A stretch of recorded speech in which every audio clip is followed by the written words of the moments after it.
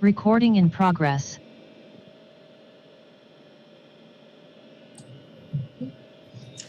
Good. One minute from the broadcast.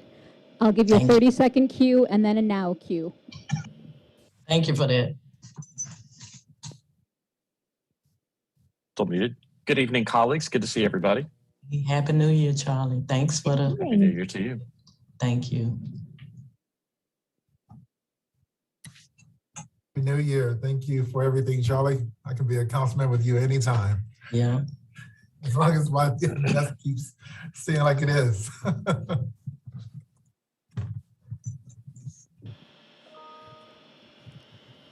It's good to see you. All right, let's see.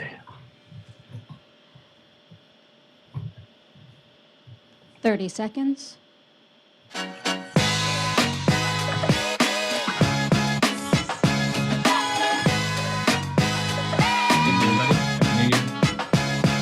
evening to you.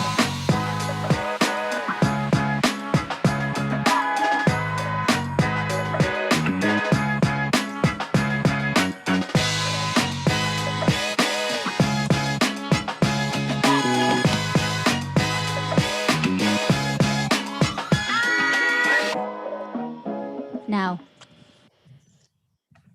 Good evening. Good evening, everybody. Happy New Year to each of you. I would like to call the Durham City Council meeting to order for this, the third day of January 2022, a new year. We certainly want to welcome all of you here in attendance and those joining us remotely as well. Well, we're all on virtual at this point. So welcome everybody. Let's have a moment of silent meditation and recognition that we are all here in a new year. Thank you.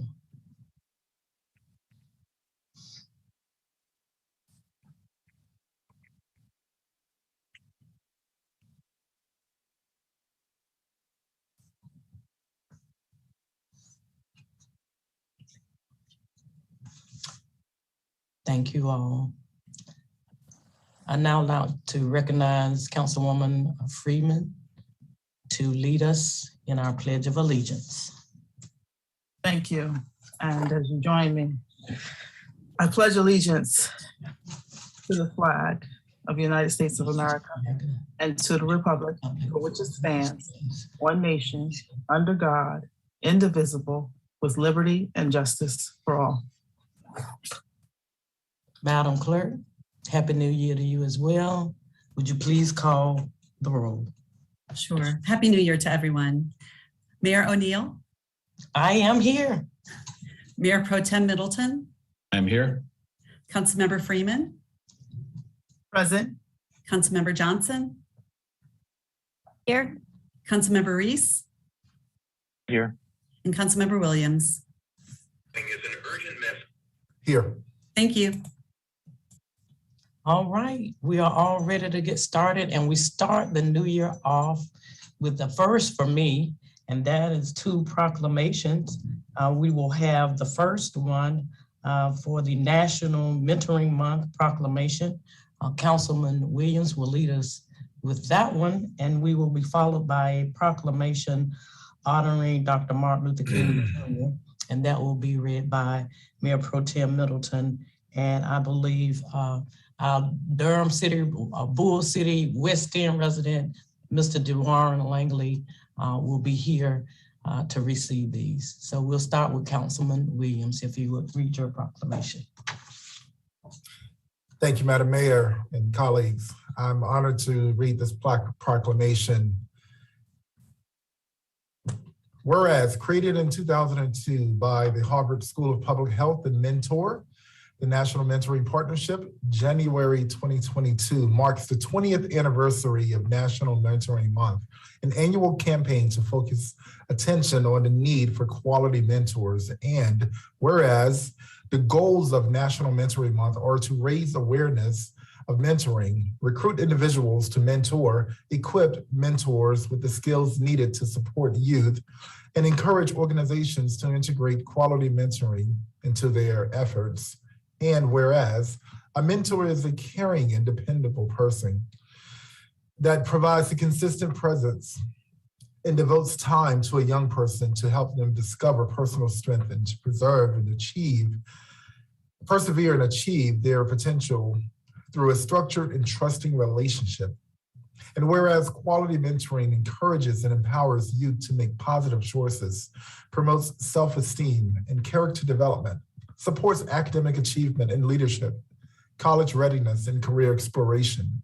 And whereas during the COVID-19 pandemic, mentoring programs have stepped up to fill gaps for youth and families, connecting them with resources and ensuring that mentoring relationships continue virtually to prevent social disconnection and mitigate learning loss. And whereas mentors serve a critical role in helping youth successfully complete high school and gain admission to college and/or training programs, build new in-demand skills, prepare for the future of work, and succeed in the ever-changing workforce. And whereas mentoring programs must incorporate work-based learning to prepare and connect youth with real-life work experiences where they can apply academic, technical, and soft skills to develop their employability while exploring career pathways. And whereas National Mentoring Month is the time of year to celebrate, elevate, and encourage mentoring in the city of Durham. Now, therefore, you, Mayor Elaine, and us as council, and the mayor of the city of Durham and the City Council of Durham, North Carolina, do hereby proclaim January 2022 as National Mentoring Month in Durham, and hereby encourage all residents to observe this month with appropriate ceremonies, activities, and programs. Witnessed by hand this third day of January 2022. Our honor, Mayor Elaine O'Neill. Thank you. Mayor Pro Tem Middleton, if you would read the second one, and then we'll follow that up with who these proclamations will be given to. Yes, ma'am. Thank you so much. Good evening, Madam Mayor. Good evening, colleagues and friends and all watching. Madam Mayor, this is one of the coolest prerogatives of your office to issue these proclamations, and you are under no obligation to share it with us. So I want to tell you how deeply honored and pleased I am to be allowed to, in particular, read this proclamation honoring not, of course, a personal hero of mine, but for so many millions of people around the world. Dr. King is just a light of hope and inspiration, a colleague, fallen member of my fraternity as well. So this is a deeply personal honor for me to be able to read this proclamation. Madam Mayor, if all things had gone as planned, Dr. King actually would have been in Durham on April 4th, 1968. On the day of his assassination, he was scheduled to be in Durham, North Carolina, but instead he was in Memphis helping striking sanitation workers. So this is a deeply personal and somewhat poetic honor that he would have been in Durham on the day he was killed, but he was doing what he was called to do. A proclamation honoring the Reverend Dr. Martin Luther King Jr. Whereas a champion of nonviolence and justice, Dr. Martin Luther King Jr. devoted his life to strengthening the content of American character, fought unrelentingly for the civil rights of all Americans, and taught us that courage displaces fear. Love transforms hate. Acceptance dissipates prejudice, and mutual regard cancels enmity. And whereas in the face of hatred and violence, Dr. King preached a doctrine of nonviolence and civil disobedience to combat segregation, discrimination, and racial injustice, and believed people have the moral capacity to care for other people.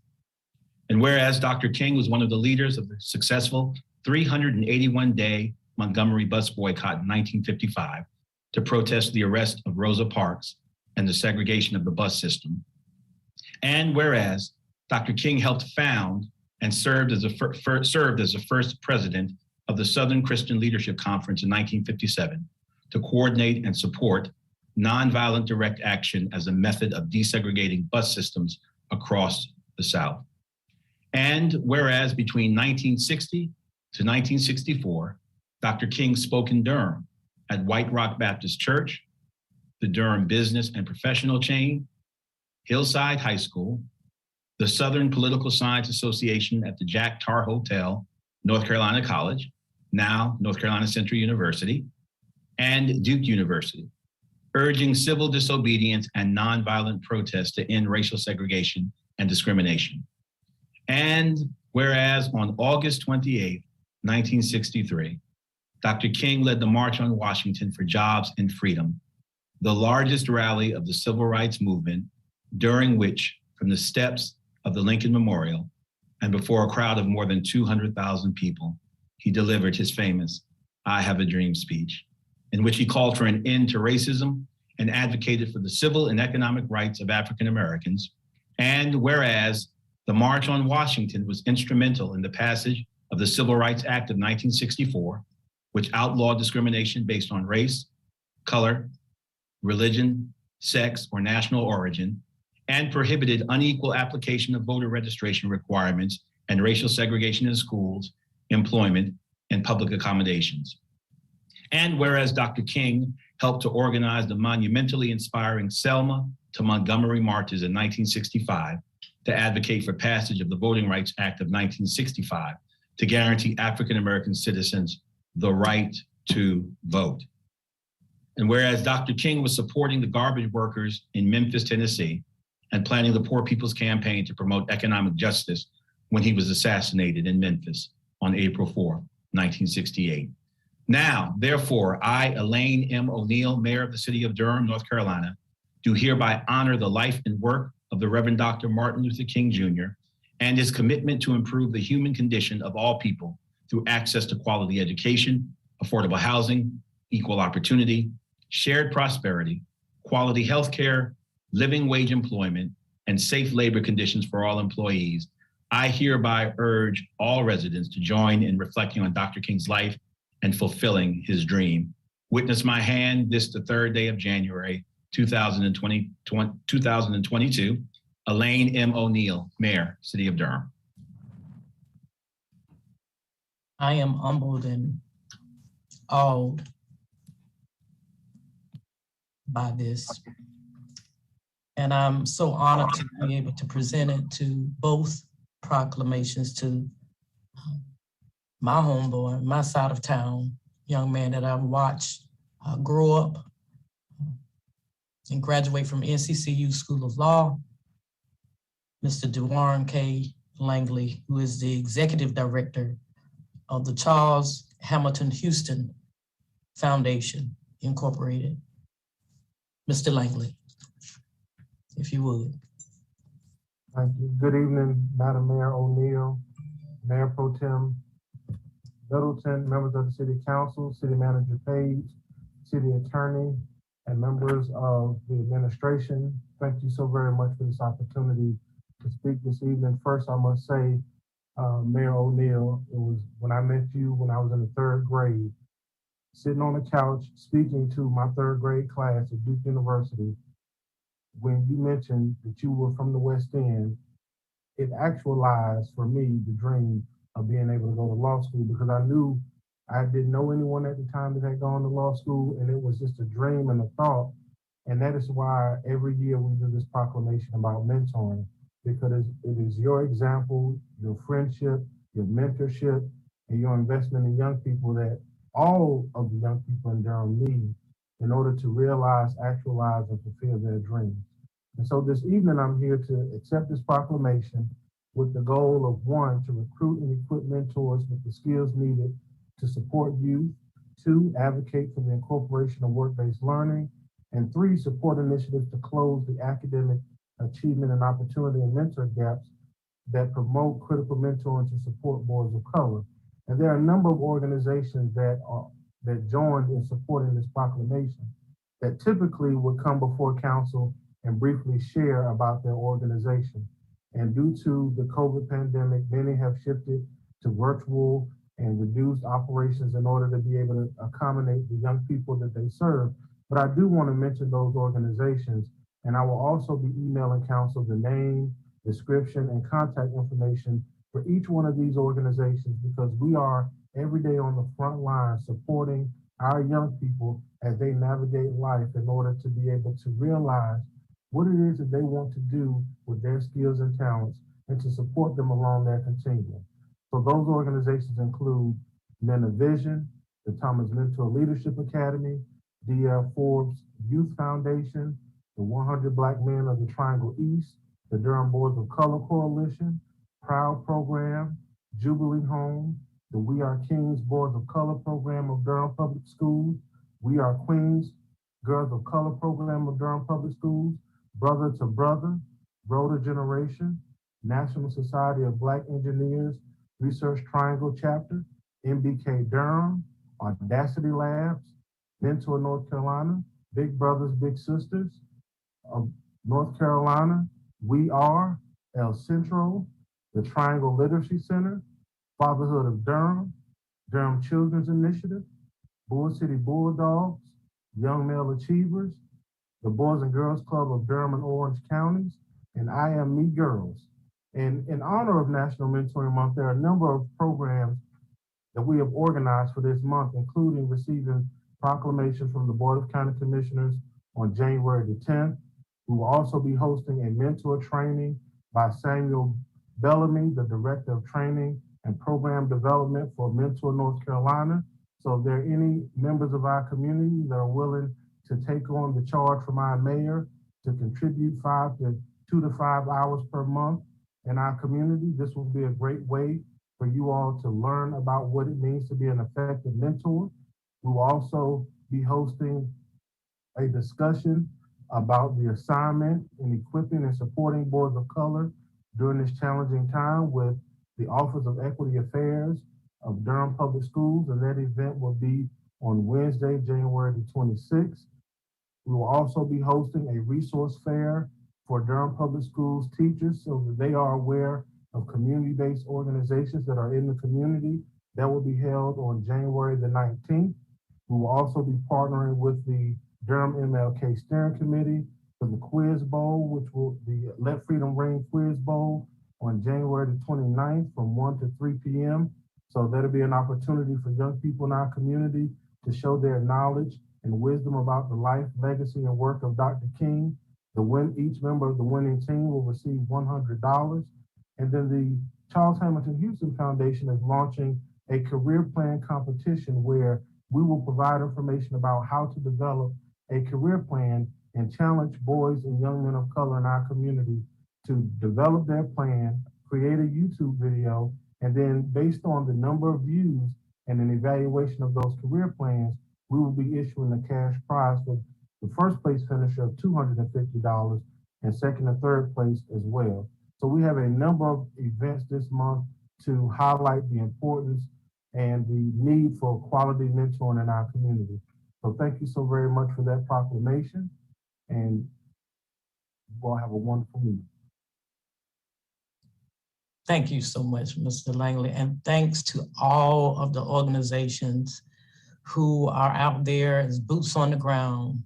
One thing that I do know, and I'm sure of in my heart, is that one caring adult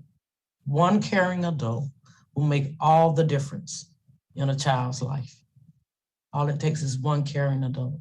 So think about how we're gonna do that this year in a real way. Not everybody can do the frontline work, but there's enough work for all of us to do something. So I'd like to open the floor up to my colleagues for any thoughts, reflections, comments, announcements at this time. We haven't been together since last year, so we have a little bit of ground to cover.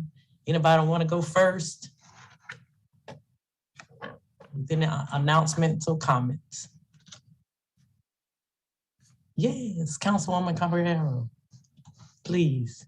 Good evening, everyone. Happy New Year. Feliz Año Nuevo. Good to see you all, even up on Zoom. And I will say that I'm glad we made this decision in December based on our cases, which is why I asked a comment. This is to encourage our residents to continue masking up. We still have our mask mandate in effect, and I'm glad that we made that decision many months ago to keep that in effect. I feel like it has made Durham a much safer place to be right now. Also encouraging folks to go get boosted if they have not. It is a really important thing you can do to extend the life of your vaccine. Get vaccinated if you haven't. And also this is big for those of us with children 12 and over. That age group can now also get a third shot or booster. So please look to the county website for the information of where your children can get boosters. I'm planning on taking my children to their doctor's office where we will get boosters for all 3 of our kids. It's incredibly important, especially with school going back in person. I want to extend a lot of thoughts for our school board members. I know that there's a lot of pressure on them to cancel school, and we also know that that is not something that they can do because of a law that was passed at the General Assembly last spring. So that has put us in a bind, and I'm thinking about them because I know a lot of parents are scared right now, myself included, but I know they're also making the best decision that they can in this moment. The other thing you can do if you're a Durham Public School parent is sign your students up for weekly testing, free to you. All 3 of my children will be getting tested. It's incredibly important so that we can help stop the spread of COVID. Thank you. Thank you so much, my colleague. Anyone else? Mayor Pro Tem Middleton. Thank you, Madam Mayor. And once again, good evening, colleagues, and to everyone watching. To all of our residents and citizens, Happy New Year. Fully associate myself with everything Councilmember Caballero has said with respect to vaccines, and I will not emphasize that. She stuck the dismount on that, and masking as well. Madam Mayor, we started this year as one of the most enviable cities in America. Everybody wants to be in Durham. We lead in just about every list of good things for a city. They're all true, what they say about Durham, and they all should be celebrated. But we also had a heartbreaking start to our new year here in the city with respect to gunfire, that constant partner for us here in the city. And I just want to, and I know, Madam Mayor, you express it all the time publicly and privately, how deeply affected you are by this issue. I want to thank you for your leadership leaning in both publicly and privately on this issue. And I know that I speak for all of us when I say our hearts belong to the families and friends of victims, particularly our elder who was killed by celebratory gunfire, which I think is the most stupid phrase ever created. There's nothing celebratory about gunfire. It is perhaps the most irresponsible, dumbest thing you can do, and pardon the directness of my language. Anything you're celebrating will be undone by firing a gun randomly into the sky. It undoes whatever you're celebrating. So I want to thank members of the DPD who tried their best to send out statements discouraging the behavior, and other leaders. And I want that family to know that it's not just business as usual for us as a city. The family of those 2 individuals who were gunned down in front of a hotel the start of this year as well. It's not just business as usual. It's important that they know that as a city here in City Hall, we pause and we think about them and we feel for them and we take that loss seriously as a city and as human beings. So our hearts and prayers go out to those folk. But I think also, Madam Mayor, as you have intoned and said, that this is yet another wake-up call for us for how serious we need to be in approaching and addressing this issue comprehensively in this coming year as a council, as a government, and as a community. And I want to thank you, Madam Mayor, and just pledge to be in lockstep with you, not only marshaling the resources of our government to attack this issue in a comprehensive way, but also calling us to task in the community as well by convening stakeholders that you have in the community, by challenging us to get involved personally through volunteerism and not just what you do for your job. It's very easy in my job to claim I'm already doing enough, but I take very seriously your call for each of us to personally stake time outside of what we do. So I say all of that to say, Madam Mayor and colleagues, that we have a lot to be proud of as a city as we start the new year. We've got a lot of work to do. I look forward to continuing, not only having conversations about our strategy, our comprehensive strategy towards gun violence, but challenging each other in our city and all stakeholders in our city to actually do the work that the people have put us here to do. And I think they've spoken loudly and clearly. The people of the city have rejected zero-sum game. The people of the city have rejected either or. They have charged us to do everything in our power that aligns with our values, that does not do violence to our values, to combat this scourge on our city. And I pledge to do that in lockstep with each of you as council members. And I'm proud to be part of this body of people that have been given this sacred opportunity and obligation and blessing to lead our city as this new year starts. Thank you, Madam Mayor. God bless each of you. May God bless and protect Durham forever. Thank you, Council. Mayor Pro Tem Middleton, is there anyone else that will have any comments tonight? Yeah, Williams. Mayor, thank you for this moment, and colleagues. I actually wasn't going to say anything, but I feel led to say a couple of things. And first, I want to apologize to my colleagues who have been on council well before now, because I was amongst the folks who thought you all had a magic wand that can make anything happen. Just council, make it stop. But now that I'm here and I'm sitting in this chair and I'm reading the emails and I'm now having those demands directed at me directly, I fortunately later learned that, you guys couldn't just wave a magic wand and make it all stop, and I want to take this moment to say that I welcome the complaints.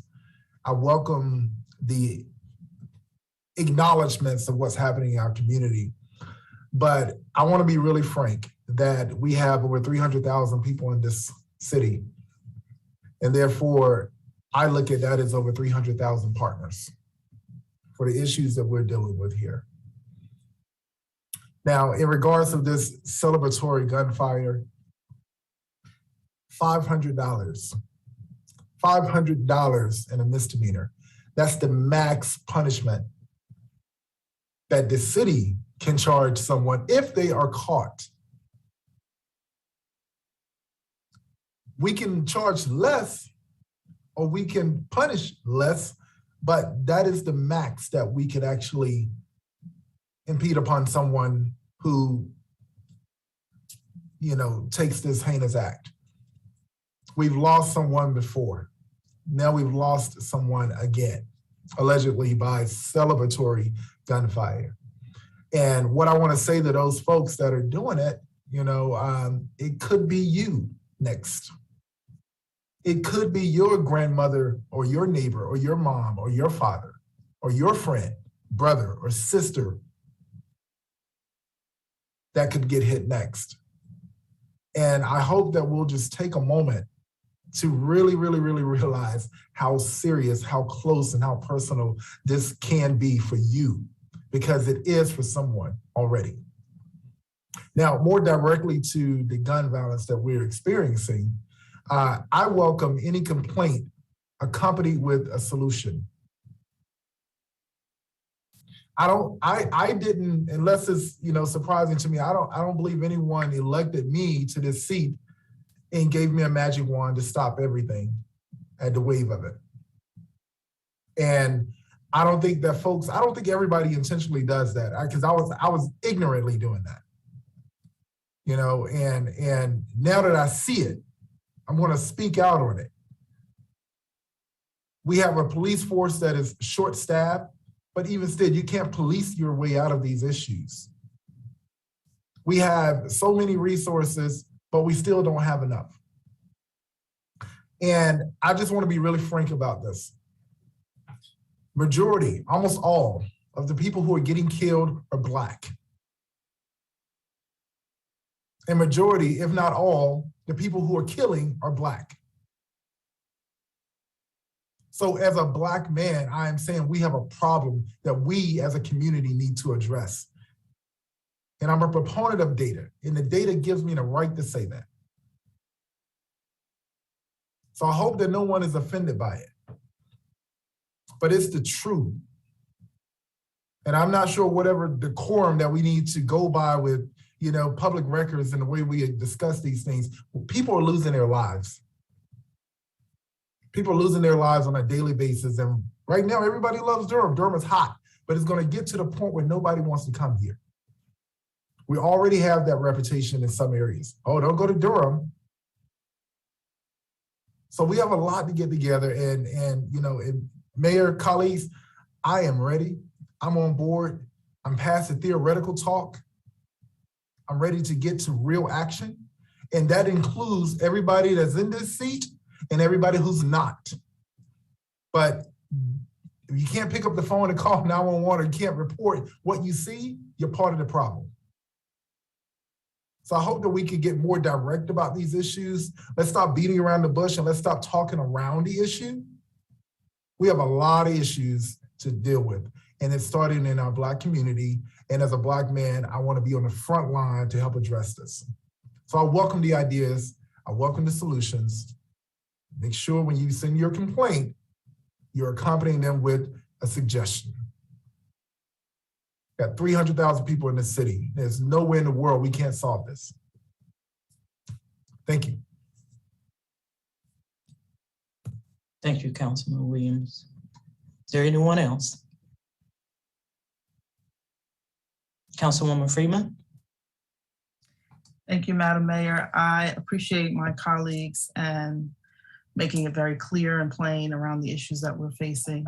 I do want to highlight in a different way some of the concerns I have, and just acknowledging that this holiday season, I know I experienced a lot of hardship, and I want to send my warmest regards to those who, like myself, had to deal with a kind of rough holiday season.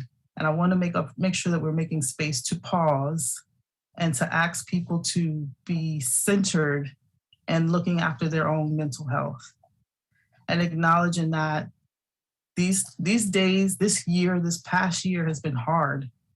And, you know, my colleagues, both Mayor O'Neill and Councilmember Williams, I so do not envy either of you joining us on this council with all that's been going on with COVID and the gun violence. But in addition to all of that comes a lot of other layers of, you know, the issues that occur in our city around evictions or housing loss, or we cannot, I know it's been said a number of times, we cannot solve all the problems, but I do want to say that I'm looking very forward to the work ahead. And I know, as Councilmember Williams mentioned, those 300,000 partners that we have in our city will step up to the challenge. And those 300,000 members of our community will be a force in making sure that we do find solutions that work. They're not going to come from within this council. They're not going to come from within the city government.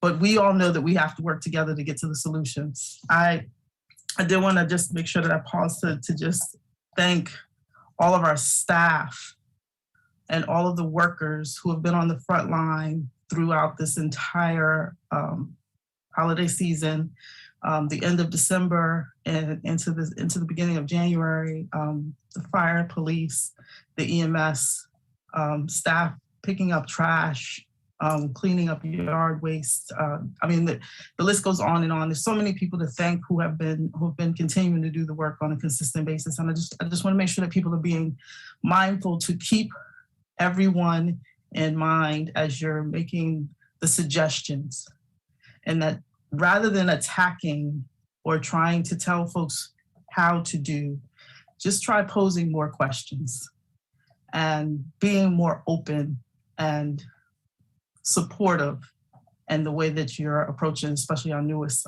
members on council. I know that my colleagues that have been on council have experienced, you know, the kind of onslaught of request and demands, and it's not as helpful in situations where we know that the circumstances are not something that we're going to have control over.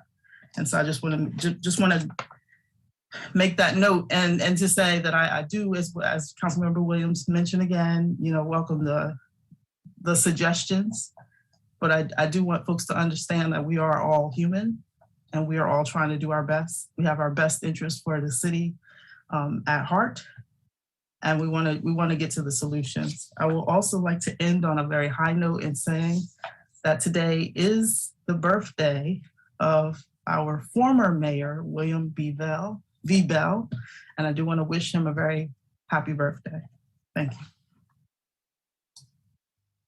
Thank you, Councilwoman Freeman. I wanted to extend the time of remarks for Councilwoman Johnson and Councilman Reese, if you have any comments. Thank you for the opportunity, Madam Mayor. I don't have anything to add. Just want to wish everybody a happy new year. It's great to be back with you. Thank you, ma'am. Councilman Good evening, Reed. Mayor Neal. Good evening, Mayor Neal. Thank you. And good evening, Mayor Pro Tem Middleton and my colleagues in the council. It's great to start a new year with some familiar faces and with some new faces. So I look forward to a 2022 filled with cooperation with all of us bending our efforts, our will, our time, our passion towards solving the many problems that face our city. I look forward to getting to that work in short order. Thank you, Madam Mayor, and that's all I have. Thank you so much. I do want to kind of give you a little peek inside of my not quite 1 month as mayor, and give you some ideas of how I am viewing this new role that the citizens of Durham elected me to. My holiday was not really a holiday as usual. Spent a lot of time with city business. When I think about the work of, first of all, our staff, I think first about our city manager who never seems to sleep. When something happens in the city, especially on these really bad and trying situations, we get a text. And that could be at 2 o'clock, that could be at 4 o'clock, that could be in the morning, could be all day, depending on what's going on. And so I spend a lot of time hoping that I wouldn't hear that ding. Just kind of praying that the phone wouldn't ding at 2 o'clock in the morning or 4 o'clock in the morning. But it did. And it has done that several times over this less than 30 days. And not with good news. So my heart goes out to all of those families that have lost loved ones to this gun violence. So I spent a lot of time thinking about the holiday season for them, and when you get that kind of news, what it does to a family. And I think about the people who have to go, our police officers and our EMS workers. And, you know, there's somebody in this city working right now, and they work all night long. And so I say thanks to them. And it disturbs me, though, when they get demands from different people to do different things. And it's said in a tone that does not even recognize them as being human. You know, and it doesn't recognize that they are employees who, if they do some of the things that are asked of them in the time that they're asked, that they risk being fired themselves. So I would ask, please, that you remember that they're not just names. These are people who really love their jobs. As I've not seen one city worker who has not shown the love that they have for the city by what they do. So remember that they are human, and remember that you need to talk to them just like you would talk to your family member when you ask them to do things. Just remember that they're here, they volunteered, they filled out an application and said that I want to come and work for the city of Durham. And not many of us do that, but here they are, and we have a well-run city. So I say that on that end, and I also say, and reiterate what my colleagues have already said, and what I'm really feeling, and that is that we are just human, and we're gonna need everybody if we're going to deal with the problem of violence. I get a lot of emails, very long emails of people saying we need to do this and we need to do that, and not put it off on the state or put it off on this. But if it could have been done, it would have been done by now. So in 2022, I'm in this city council, we're offering a new approach. And that is that we work together as a community. You are your brother's keeper. And when you do nothing, you're part of the problem. So we need help.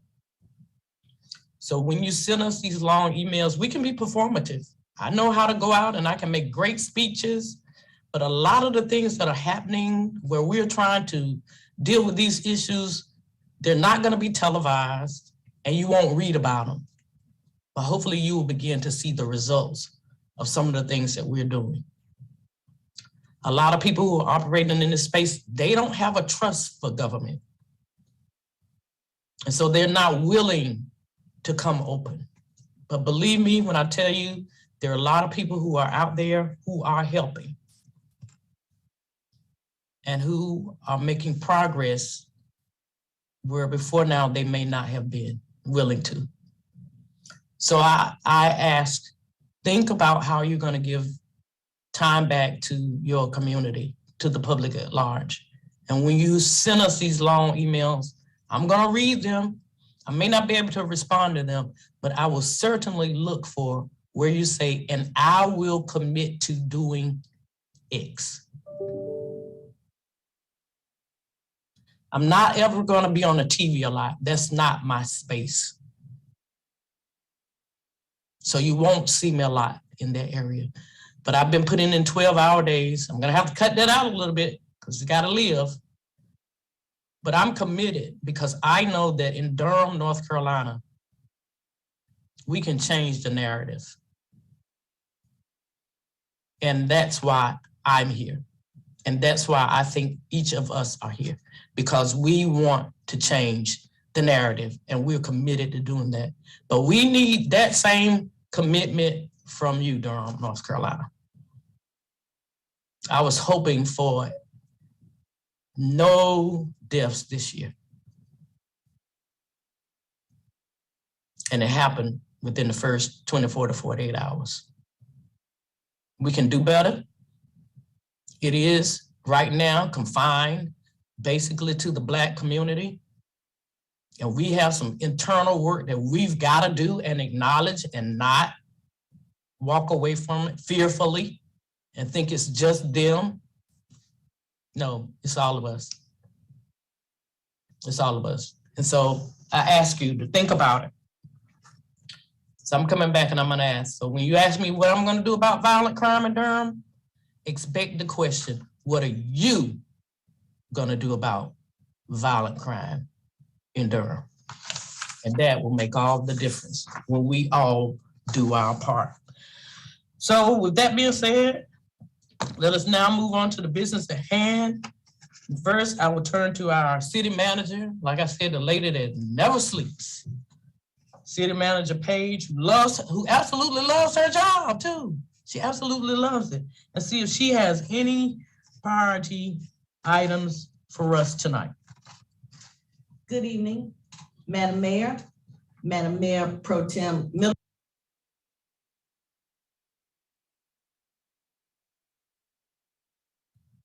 I need your audio. Go ahead, start again. I'm sorry. Mm-hmm. Good evening, Madam Mayor, Mr. Mayor Pro Tem Middleton, and members of the Durham City Council. I do have one priority item for your consideration this evening. It is agenda item number 6, which is a contract with Legal Aid of North Carolina to administer the Durham Expunction and Restoration, the DEAR program. Attachment number 8 was added to provide information on how the DEAR program is being used by Durham residents to address expungement and driver's license restoration needs originating in other North Carolina counties. That is all I have for you this evening, Madam Mayor. Thank you, our city manager. I will now turn and recognize our city attorney for any priority items that she may have. Attorney Rayburn. Good Happy New Year. Mayor O'Neill. Happy New Year. to the council. It's good to see you all in 2022, and I'm looking forward to the year taking a turn and improving. The city attorney's office does not have any priority items this evening, but it's good to be with you. Thank you so much. Good to see you. And to our clerk, I will recognize her for any priority items that she may have. Good evening, Madam Mayor, Mr. Mayor Pro Tem, and council members. I did want to mention that I skipped over inadvertently Councilmember Caballero. I wanted to make sure that she is here and included in the roll. I have no priority items this evening, but thank you for asking and Happy New Year, everyone. Happy New Year. All right. Our next order of business will be our consent agenda. And the consent agenda consists of items that the council has previously considered in a work session. All items on the consent agenda may be approved by a single vote of the council. Items may be removed from the consent agenda by a council member or a member of the public. And those items will be considered separately at the end of the meeting tonight. So we will now go through each item on the consent agenda. Item number 1 is approval of city council minutes. Item number 2 is a resolution designating the National Incident Management System, NIMS, as the standard for incident management. Item number 3 is amendment to contract number 18353, which is a 3-year grant contract with Legal Aid of North Carolina to provide legal representation to residents facing eviction. Item number 4, the multifamily housing facility to be known as Hardy Street Apartments in the city of Durham. Item number 5 is the option contract with Southside Revitalization Phase 3 LP for the 3rd phase of development at the Lofts at Southside. Item number 7, I believe. Item number 6, that's the contract with the Legal Aid of North Carolina to administer Durham Expunction and Restoration, the JEER program. Item number 7 is the Capital Improvement Plan, ordinance amendment associated with the Jordan Lake Western Intake Partnership. Item number 8, professional engineering services contract with Brown and Caldwell, Inc. for the Western Intake Partnership Environmental Permitting Project. Item 9, the professional engineering services contract with CDM Smith, Inc. for the Western Intake Partnership Regional Water Treatment Facility Preliminary Engineering Project. Item number 10, bid report, November 2021. Item 11, the cooperative group purchase contract, 5 knuckle boom refuse trucks. Item number 12, change order number 4 for the construction contract with Geosurfaces Southeast Incorporated for CM Herndon Road Park, the soccer field conversion project. Item 13, 2022 Blue Benevolence Grant Project Ordinance. Item 14, the U.S. Department of Justice, Office of Justice Programs, Bureau of Justice Assistant, 2021 Local Solicitation Edward Byrne Memorial Justice Assistant Grant Project Ordinance. And item 15, the Voice over Internet Protocol, Cisco Maintenance and License Agreement with Presidio Network Solutions. At this time, I'd like to entertain a motion to approve the consent agenda. So moved. Second. Okay. Right. It has now been motioned by Councilwoman Freeman and seconded by Councilwoman Caballero. And I would now ask our Madam Clerk to call the roll for the vote. Madam Mayor O'Neill, Yes, A. Mayor Pro Tem, Mayor Pro Tem Middleton, I vote aye. Councilmember Caballero, Aye. Councilmember Freeman, Aye. Councilmember Johnson, Aye. Councilmember Reese, Aye. and Councilmember Williams. Aye. Thank you. Thank you, Madam Clerk. The ayes have it, and the consent agenda is approved unanimously. We now turn to the next matter on our agenda, which will be public hearings, I believe. The general business agenda, public hearings. And we have two matters. These are zoning public hearings. And the first will be number 17, the Consolidated Annexation 2211 Page Road. We also have two speakers for that. But first, we will hear from our staff. And that, I believe, is Mr. Coulter. Thank you. Good evening, Mayor O'Neill, Mayor Pro Tem Middleton, and City Council members. Danny Coulter here with the Planning Department. Before we begin, staff would like to state for the record that all Planning Department hearing items have been advertised and noticed in accordance with state and local law, and affidavits for those notices are on file with the Planning Department. One quick reminder, the hearing for this case was opened at this December 6, 2021 meeting and continued until tonight's meeting. And just for a refresher, I'll provide a quick overview.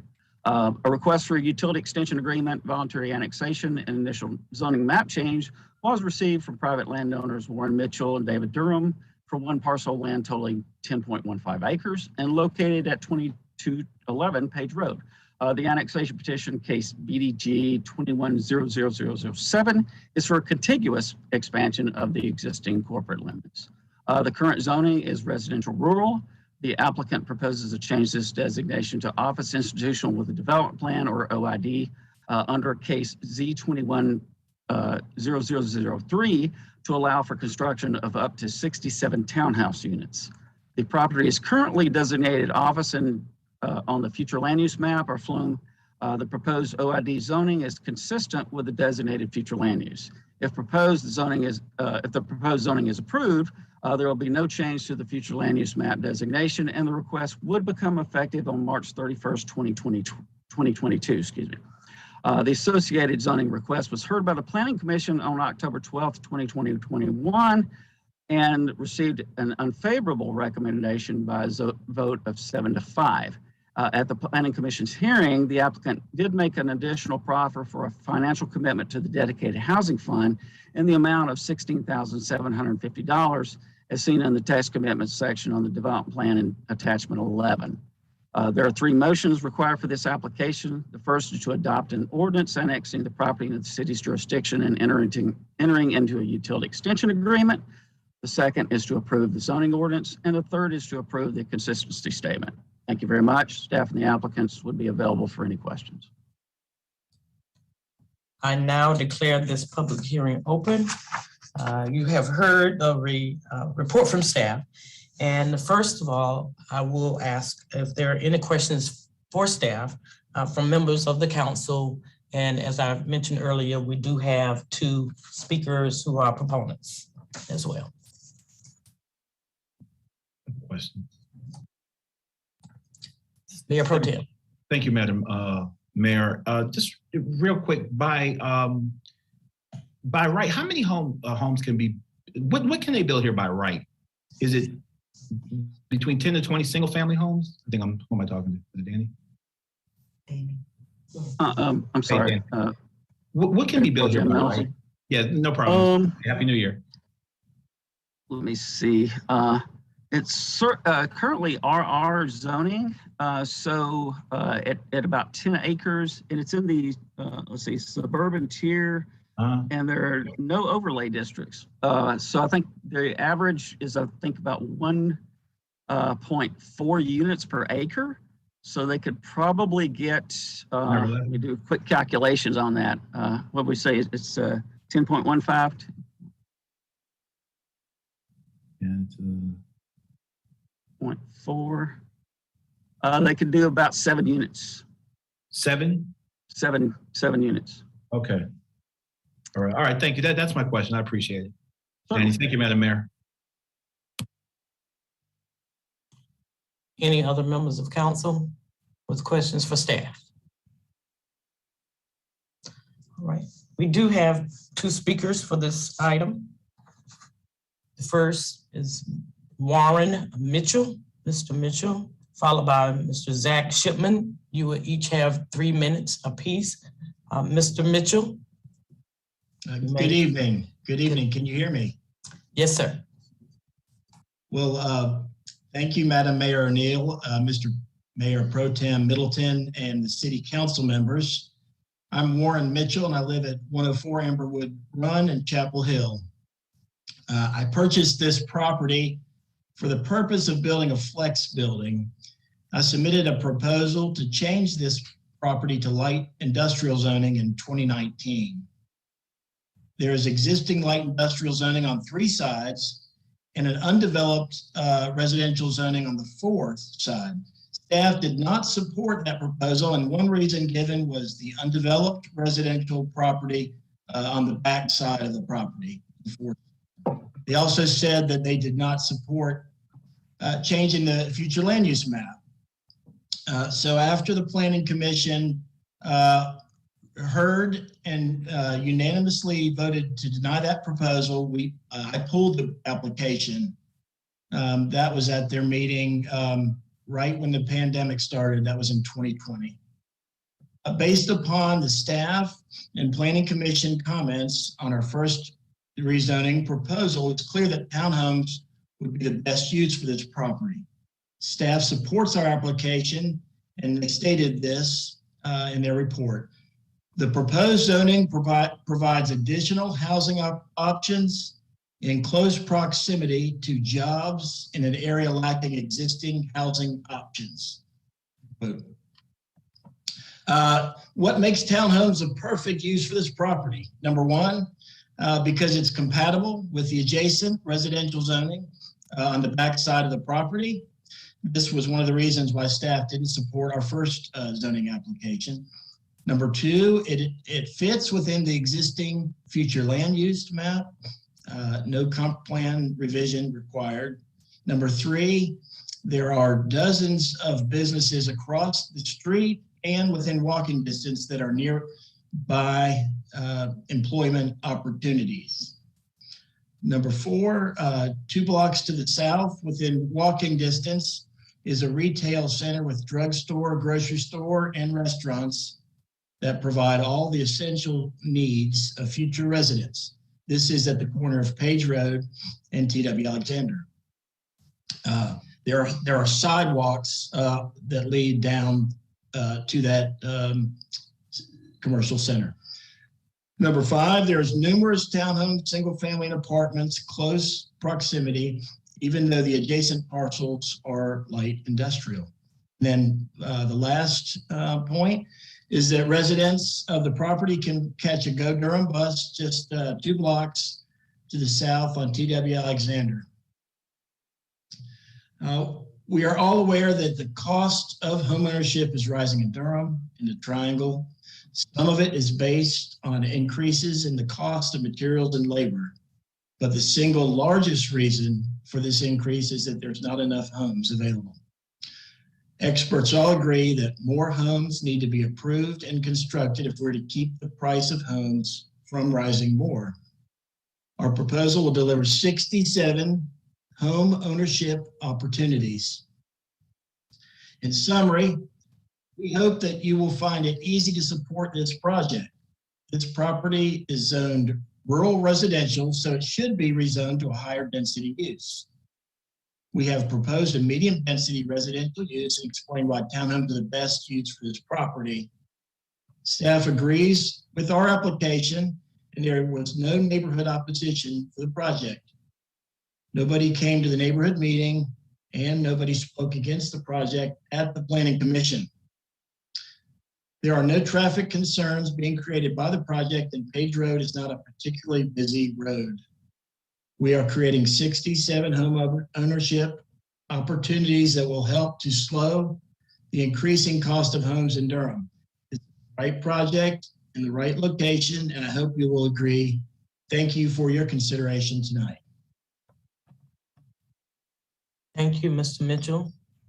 We will now turn to Mr. Zach Shipman. Hey, good evening, Madam Mayor and Mayor Pro Tem Middleton, members of Durham City Council. Happy New Year to you all. We appreciate your consideration of this case tonight. My name is Zach Shipman with Shipman Engineering. I put together the development plan and have been working with the applicant, Mr. Mitchell, as we have pushed this forward through the rezoning process. The original case for this property was brought to Planning Commission back in March of 2020, which proposed a rezoning to light industrial. At the time, staff was not in favor of the project, and the Planning Commission voted unanimously to deny that rezoning petition. After that denial, the applicant withdrew the petition, which is why it never came before City Council.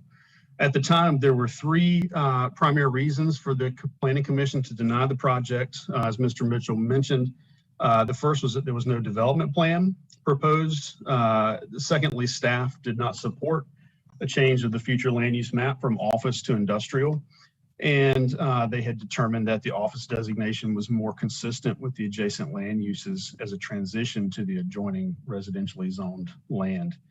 Lastly, staff did not support the light industrial zoning that was proposed for that case with its proximity to residential land uses. And so in response to that denial, the applicant elected to withdraw the petition to rework the project to address the commission's concerns. And the current proposal before you tonight, we've attempted to do just that. The 67 townhome configuration comes with a development plan, which is one of the concerns that the Planning Commission had. It does not change the future land use map. We retain the original land use designation, and the zoning proposal aligns with staff feedback for the office zoning district. As Mr. Mitchell mentioned, Planning Commission heard this case back on October 12th.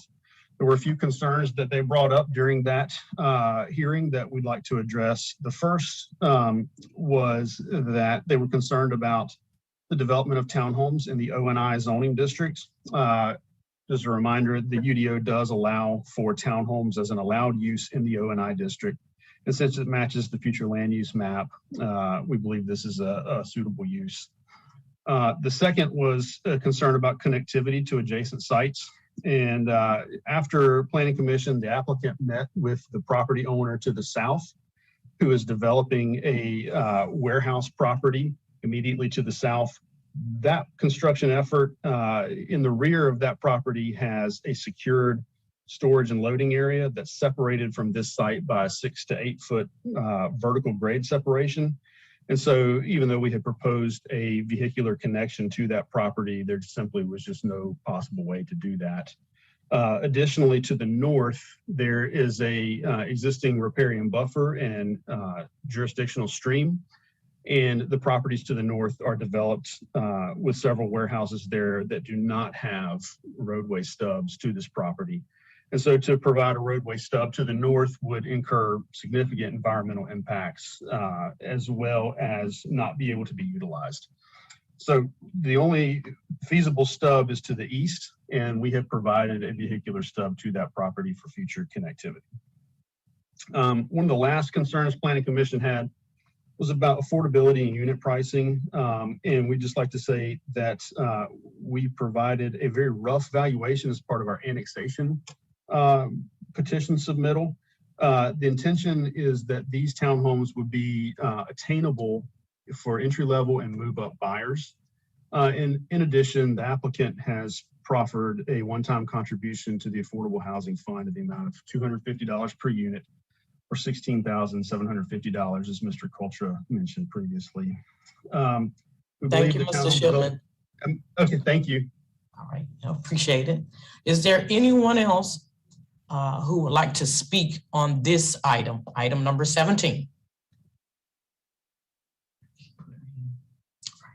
All right, I now declare the public hearing to be closed and the matter is back before the council. Are there any further questions or any comments from my colleagues on this item? Mayor Pro Tem. Thank you, Madam Mayor. Good evening, Mr. Mitchell and Shipman. A Happy New Year, and thank you for being with us. Do you have, what are your anticipated, I know it's not a perfect science, but anticipated price points for the townhomes?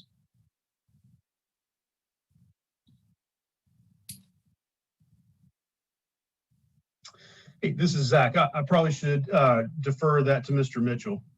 Okay.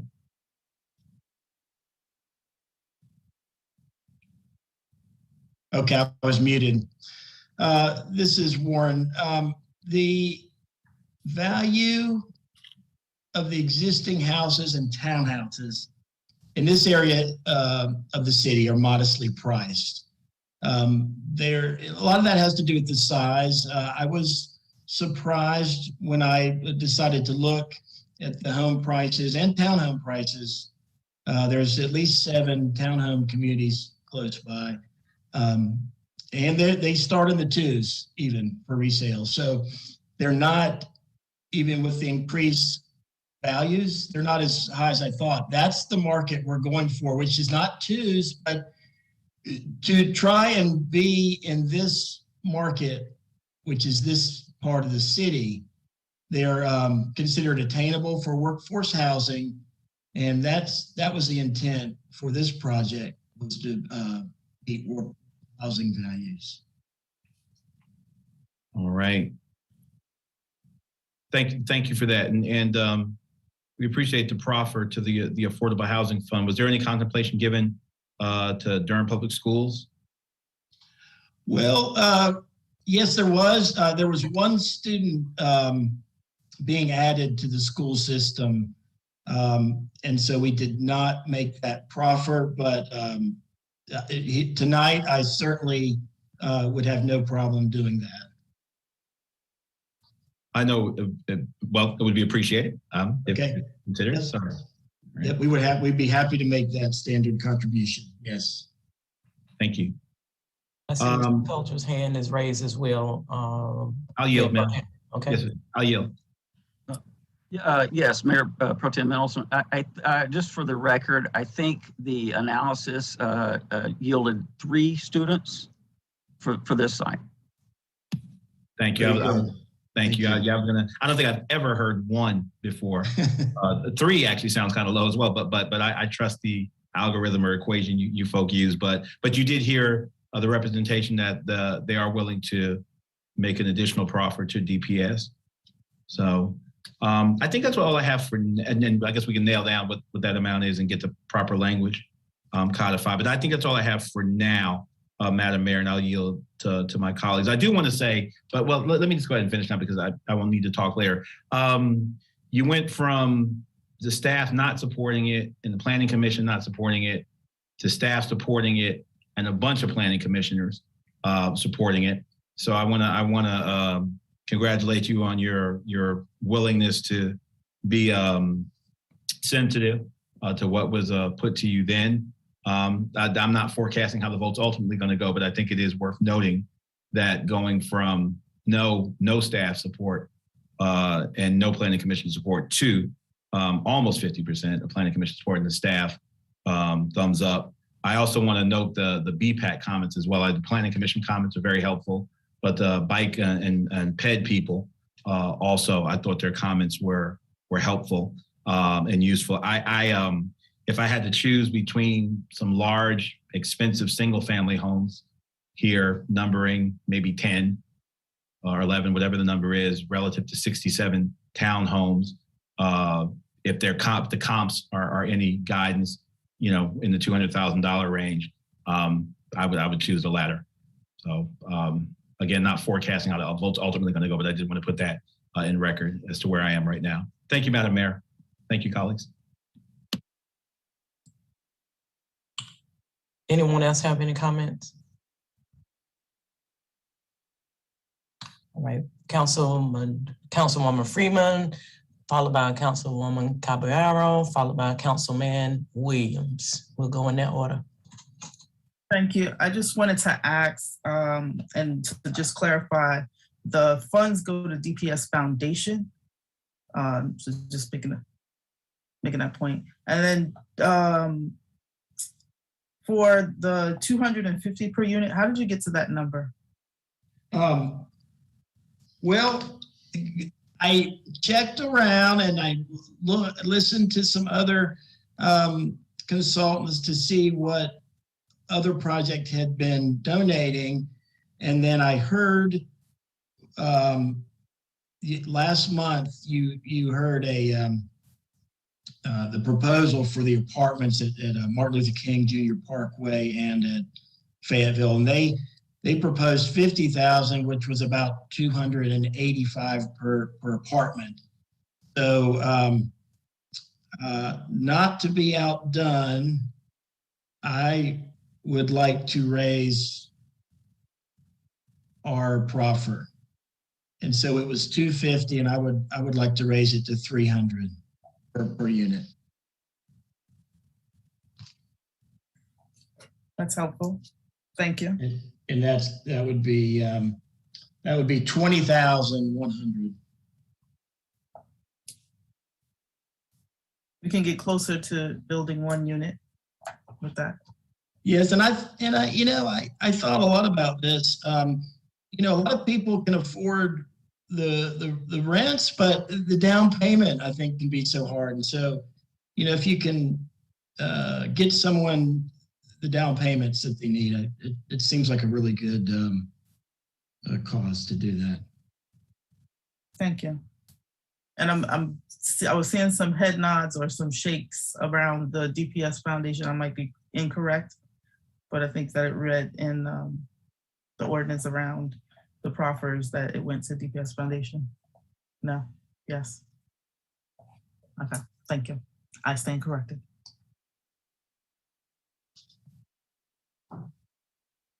Councilwoman Caballero. Thank you, Madam Mayor. Just real quick, and I just had a question for staff on I guess it's attachment 12 in this part of the packet, which is the community goals and objectives. I think we've raised it before and I've like reloaded. There's nothing there on the side that says explain, place explanation in the space below it, like has the form that the staff is asking from the applicant. I'm just confused about the purpose of that and was just wondering maybe I'm missing something. Excuse me, Council Member Caballero, this is Danny Culture. Let me pull that up in the packet and see. I think the last meeting there might have, I think in the last meeting there might have been some confusion. I think when it goes to the on base, it may be some confusion that some of it gets in the translation, it maybe get taken out or something. I remember we brought it up and I thought maybe we were going to. Yeah, I thought maybe we were going to see it, and then I didn't see it, so then I was confused and thought maybe I missed it. So I appreciate it. Yeah, let me see, and I think we'll need to look at that in the future to see how we can rectify that as well. I think before you used this template, you all were just sharing in the memo how many of the things they were hitting. Even if we could just get the overall language, I'm fine with that. I appreciate the more detailed thing, but if it ends up being something that it's going to take a little bit of time, that would be super helpful. Yeah, I know in the memos we are definitely putting in there the ones that aren't being addressed. We're kind of extrapolating on those a little more and explaining those. But see, what I have on the on base when I pull it up, it is actually showing the explanation on those. Yeah. Oh, I appreciate it. I just wanted to raise it because I sometimes it's us, like our thing is just wonky, and sometimes it's for everybody. And I just wanted to know. So I just pulled it up, and it is actually showing the applicant's explanation of these. Okay, so. I appreciate it. Thank you. That was my only question. Oh, you're welcome. Councilman Williams, please, at this point. Thank you. I'm sorry, Madam Mayor. Sarah Young had her hand up. I didn't know she wanted to answer that. I'm sorry. I apologize. That's okay. I just wanted to, I think the issue may be a little technological. Are you using iLegislate to look at it? Yes, we are. Okay. And that's, I think that's the issue. So we'll work on that behind the scenes. I apologize again. But it gets ported through a couple of different applications. Yeah, I appreciate it, Sarah. And even if we just get that line with some of it, that would be really helpful. I appreciate it. Thank you so much. Councilman Williams. Thank you, Madam Mayor and colleagues. Since I'm new to this, I have a couple of questions. To Mr. Warren, Mr. Mitchell, could you, what was, based on what you initially submitted and now what you're submitting, what was your inspiration behind that? Well, excellent question. So the inspiration was that I have a industrial building in Raleigh, and I know the need for industrial and light industrial, really, which can include some warehouse or some flex buildings where you have an office space, and then you might have a small contractor using it. So based upon what was across the road, they seem to be doing very well and have lots of various businesses. And so that was my initial idea, and the properties adjacent are industrial. But as soon as I heard that the reception was rather cold towards that application, and then of course I realized the demand is so strong for home ownership. You know, Durham has done a marvelous job with their bringing people downtown, but most of these are apartments, and they just won't. They're not going to help with the price of home purchasing. So home ownership looked like the best use for this property. Thank you for that. How long did it take you to get through this process? Well, probably a year the first go around, and then maybe 6 months of debating what to do with the property, and then probably another year of the townhome application. Awesome, thank you so much. I'm glad you chose homes since we have such a shortage. I used to live across the street here. I'm looking at I'm also trying to better understand the arguments in some of the Planning Commission comments. And I see this often, lack of development plan detail. So I'm gonna look more into that. But I also hear the same questions in regards to proffers. So I'm gonna put you on the spot here, and I'm gonna ask you, as someone who's applying for this rezoning, let's not necessarily just be stuck in the proffer to the Affordable Housing Fund and Durham Public Schools. Trust me, I'm glad that we have those incorporated. But as someone who's applying, what is it that you would need to where we wouldn't have to, and again, this may be putting you on the spot, but what is it that you would need to where we wouldn't have to ask for those things? Like if you were to apply, what makes it the perfect scenario for you to incorporate building in Durham, where it's an affordable market, it's, you know, providing funds to our schools and the affordable housing, and yeah, what would be the perfect scenario? I'm going somewhere with this. Yes, well, I had not thought of it in that context. I don't have a lot of experience doing work in Durham, but I did believe it was a part of the process, but that what you're saying is what changes to the process could be made to where it was, maybe are you thinking density bonus? Is that one of the thoughts you had about this? Yeah, in a sense, we have a housing problem in Durham, and I appreciate you bringing more, helping us to solve this issue. But I'm going to start asking these questions to each person that's building, because I want to look at the process from external as well as internal. So I just wanted to hear your perspective on that as I'm doing my homework here. So it's a bit of an open-ended question. Just wanted to hear what you would offer toward that. And yeah, I appreciate it. You got it. I'll give it some thought and I will get back to you on that. I'd appreciate that. Thank you. Thank you. That'll be all, Madam Mayor. Any other comments from council or questions? I do have, okay, Councilwoman Freeman.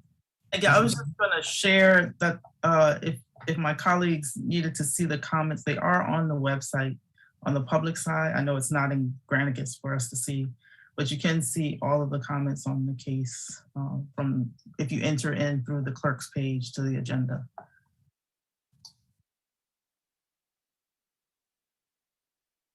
Thank you for that. I do have one question for either Mr. Shipman or Mr. Mitchell. Do you have a numerical value for of your price point? I heard the question, Mayor Pro Tem asked about the price of these units, but I don't know if I heard a numerical value that you have in mind for these units. Well, you know, it's kind of hard to forecast that far out, but I would say the best indication is just what is available in this area. This is the, and I'm sorry, I just don't have a number to give you tonight.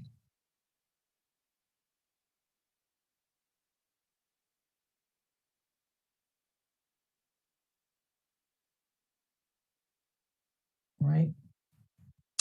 I am like Councilman Williams. I am definitely learning in this process, and I know there are a lot of folk out there learning as well. And so there are some points of clarity that I need to have in my mind. Yes, Durham does have a housing issue, but we have more of an affordable housing issue as well. So it's important to me that I understand when folk are asking for my vote, what I'm voting on, especially when it comes to price, because price is the most important factor when you talk about buying a home.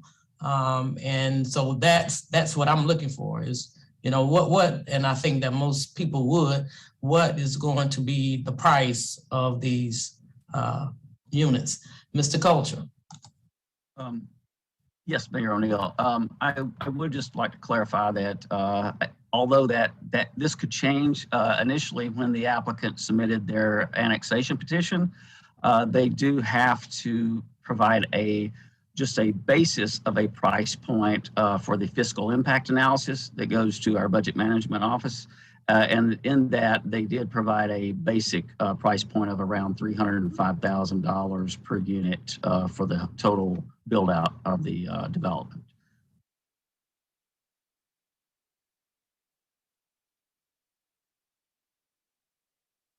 Thank you for that.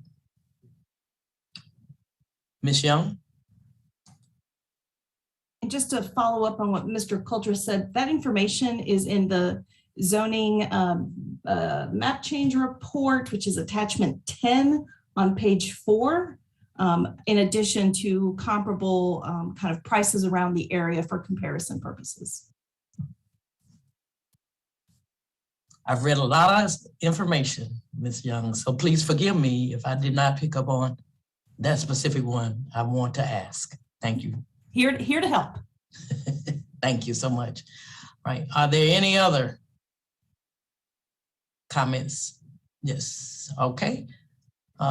Mayor Pro Tem, I think I saw your hand first, followed by Councilwoman Freeman. Very quickly, thank you, Madam Mayor, for the follow-up question on the pricing. I relented on my questioning because I thought, Mr. Mitchell, you can correct me, that he went on record. He did actually allude to the comps in the area and gave the price I think he said about 200,000 in the area. I'm always kind of intrigued by the difference in the proposed price points that developers put for build out, the difference between that number and the comps in the area and what they actually turn out to actually be when they go on the market. But it's always, I think, useful and helpful to at least get a sense on the record of what developers anticipate them being, and based on comps and based on, you know, trends in the building market. But I did, and Mr. Mitchell, again, you can correct me. I thought you said, I know you said you don't know, you can't predict that far out, but you did represent that you're pretty confident that the comps in the area currently are pretty much a reliable guidepost. I'm paraphrasing, so. No, that's correct. 100%. I found a few starting at in the 200s. They were not 200,000, but in the 200s, and then the majority were in the 300s. But that's the market in this area is 2s and 3s, more in the 3s, but that's what we're shooting for. Thank you for that. Thank you, Madam Mayor. Councilwoman Freeman.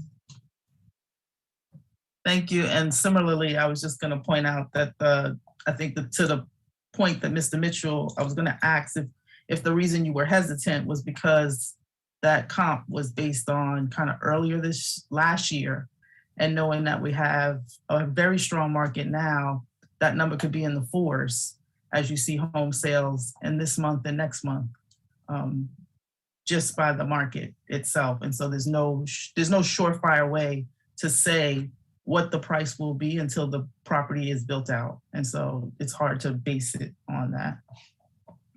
Hard to know what your cost for the roads and utilities will be, how much grading and those surprises. So yeah, there's a lot of unknowns at this point still, but we don't have plans for a clubhouse and pool. It's really too small for that. So it's not going to have expensive amenities to drive the price up. So it's just going to be homes.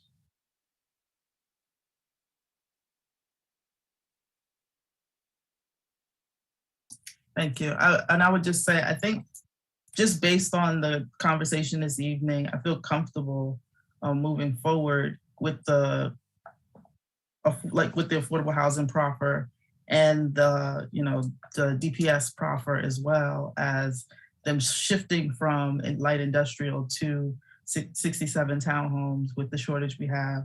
I will say that this specific area doesn't have a very environmentally sensitive concern. And so, the tree preservation is there. They're hitting all of the marks on most of the things that I would look at around whether it was open space or what have you.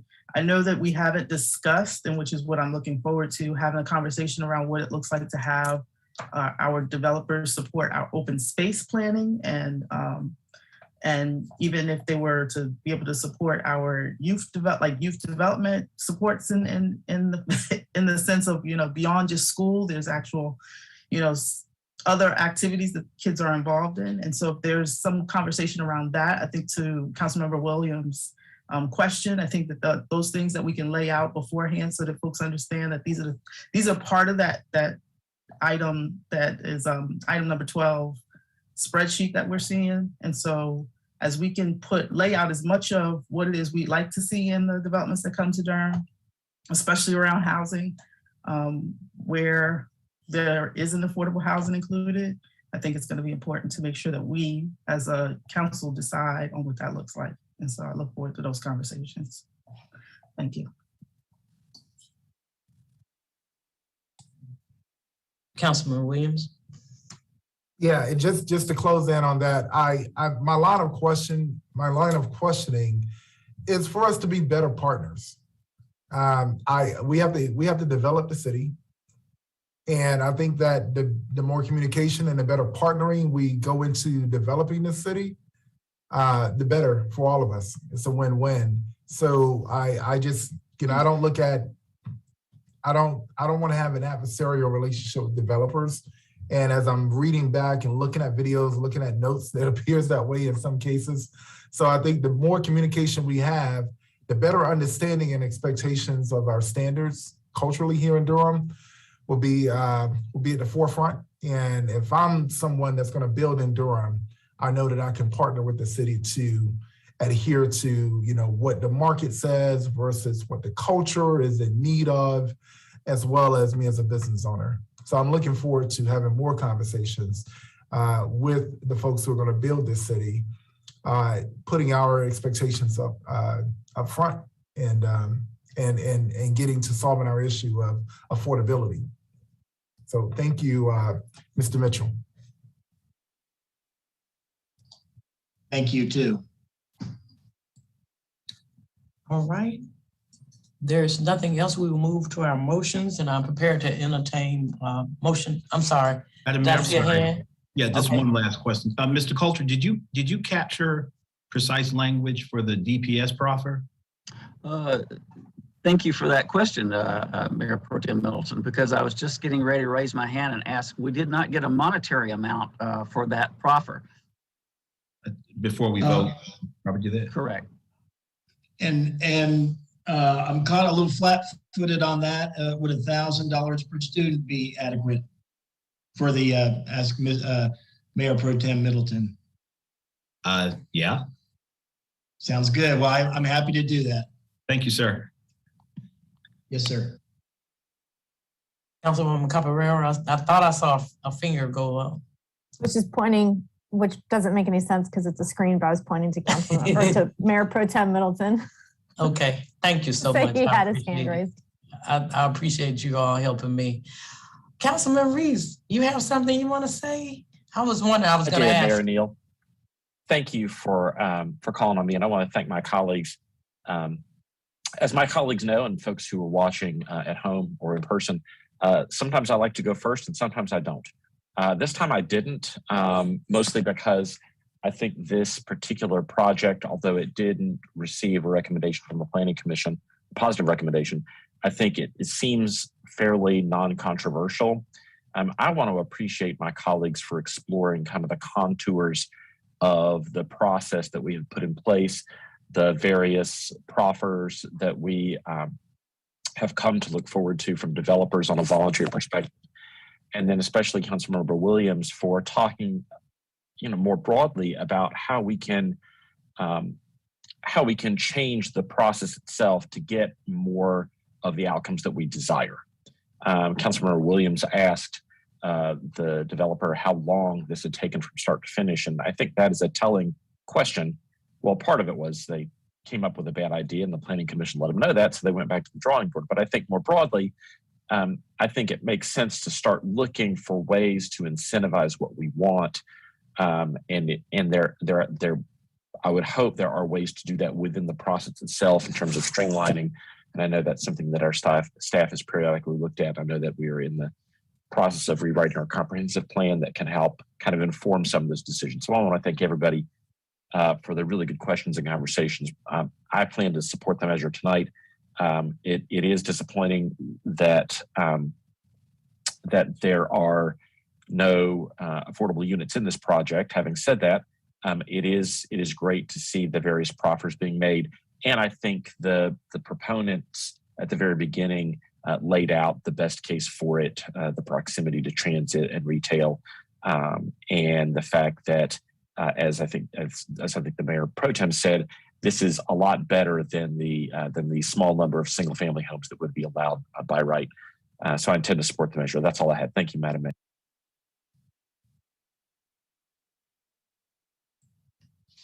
Anyone else before we move to our motions? All right. At this time, I'd like to entertain motion number 1 to adopt an ordinance annexing NC 55 and Hopson. Wait a minute, I'm sorry. I'm on the wrong one. Motion number 1 is to adopt an ordinance annexing 2211 Page Road into the city of Durham effective March 31st, 2022, and to authorize the city manager to enter into a utility extension agreement with Warren D. Mitchell and David Durham.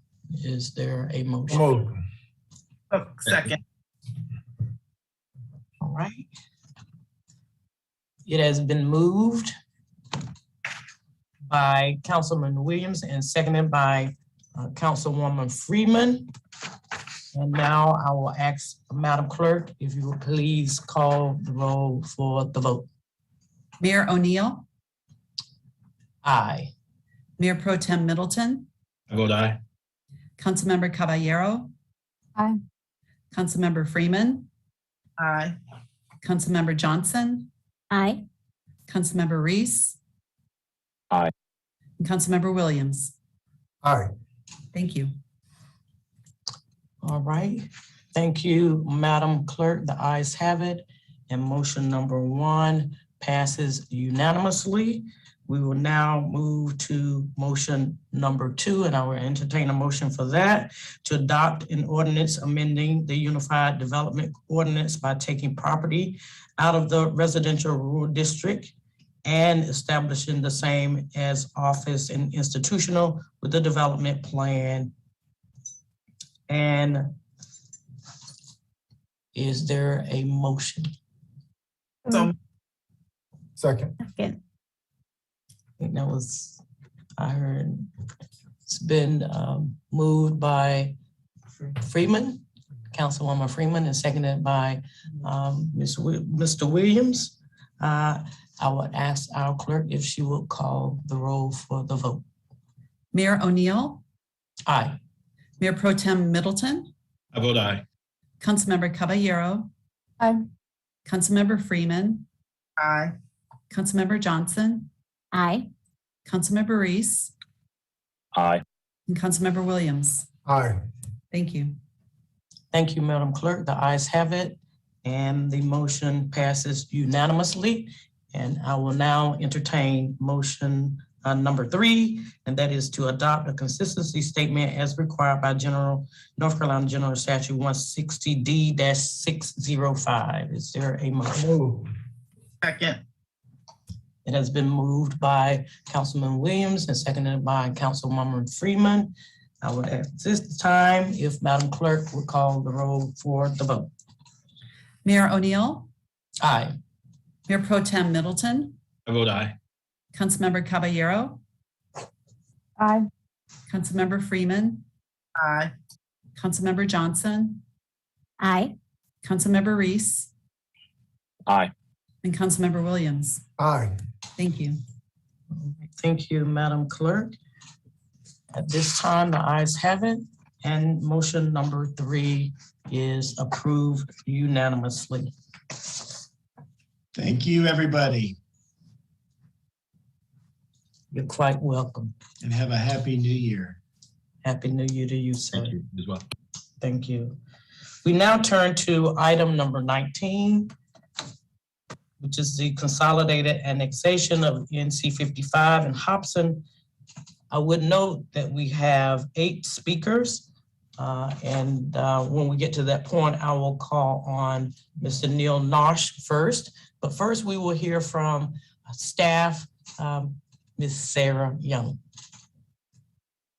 Good evening. Before I turn it over to Mr. Cultra to deliver the staff report, I just want to take a moment and let you all know that this is Mr. Cultra's last evening with us. He will be enjoying a well-deserved retirement after this gig. He's been with us, with the department for about 16 years, I think, and doing mostly site plans, and was gracious enough to hop over to the land use side for the past year or two. So I would be remiss if I didn't thank him for his excellent work. I know I may be a little bit out of line taking this little personal privilege, but I think it's important to acknowledge the folks that make things work behind the scenes. And Danny has certainly been a lot of glue to the rezoning process lately. So thank you.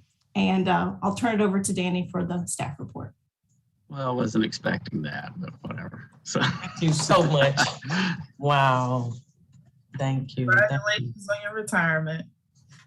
well, my wife says it's long overdue. But you know, so if mama's not happy, nobody's happy. Well deserved. Well deserved.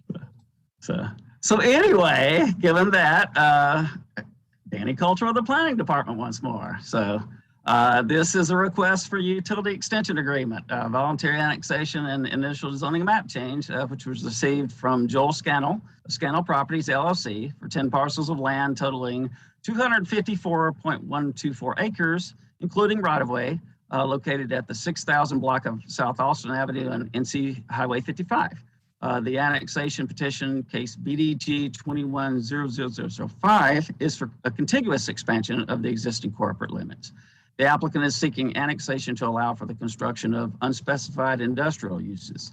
The current zoning is industrial light, IL, residential rural, RR, and commercial neighborhood, CN. The site is also located within the Falls Jordan District D or FJB watershed overlay. The applicant proposes to change the designation of 4 of the 10 parcels from RR and CN to industrial light with no change to the watershed overlay. No change is requested for 6 of those parcels, which are currently zoned IL. The parcels currently zoned IL are designated as industrial on the future land use map.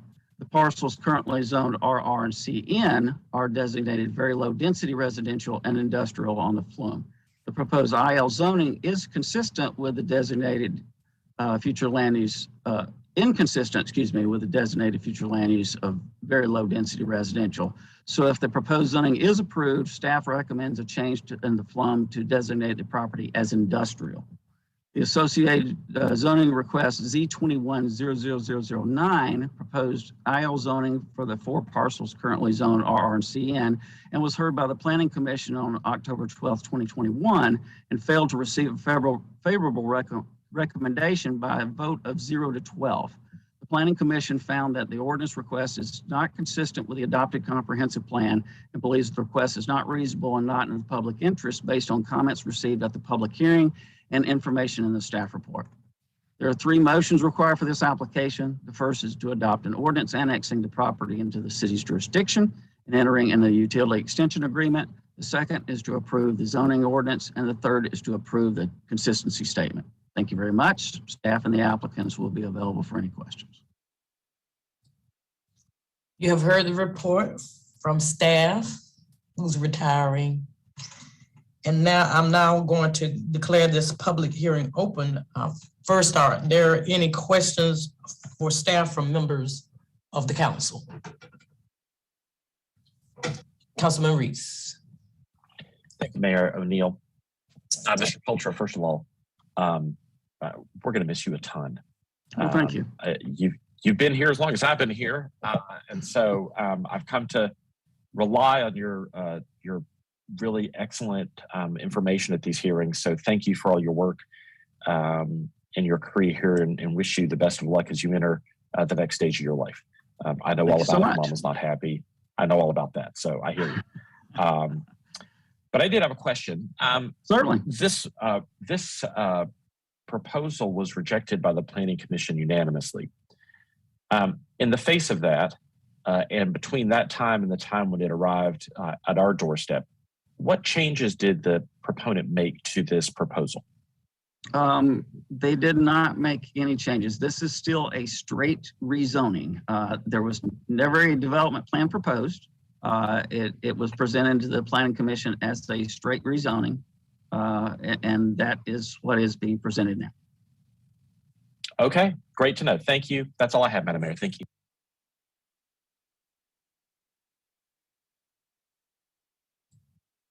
Mayor Pro Tem, followed by Councilwoman Freeman. Thank you, Madam Mayor. Mr. Coulter, congratulations on your retirement. Thanks so much. So appreciative of just your expertise and your temperament as well in these meetings over the years, and for your knowledge. May you enjoy this next chapter. I know you go with the thanks of a grateful city into your retirement. So thanks much. Remind me if there is, I know development plans are expensive, but is there remind me if there's a device or mechanism or instrument that doesn't go as far as a development plan, but can be presented forecasting what you plan to do. Seems like I remember there's another instrument that's available, not quite as expensive as a full development plan, but or am I totally off base? Seems like I'm remembering. There are 3 avenues. You can go with a straight rezoning with no development plan. You can go with a text-only development plan, which only restricts the uses of a zoning. So text only, it is restrictive just to the uses. So you could actually, in other words, specify uses that you want to limit, or you could specify uses that you want to restrict. And there could be some parameters if it's interpreted that way by the planning director, some parameters based on those uses. I won't go into details, but there could be some circumstances related to those uses that you could limit as well. But it would be text that would be adopted with the ordinance. Gotcha. And then a full-blown graphic and textual development plan. Got you. I appreciate that. Thank you, Mr. Coulter. Again, Happy New Year and congratulations to you. Thank you, Madam Mayor. Councilwoman Freeman. Thank you, Madam Mayor. And I'm glad that Councilmember Middleton opened up the conversation. And I just really wanted to be real specific in asking Mr. Coulter before you retire. Could it be possible that this site could be used as commercial towards like a vape shop, an internet cafe? There are certain commercial uses that could be allowed in a light and industrial use. Yes. And I would need to look really quickly to see what commercial uses would be allowed in our use table. Okay. And just I know that down the line they would, if this were approved, that there would need to be a development plan once they started the work on the site.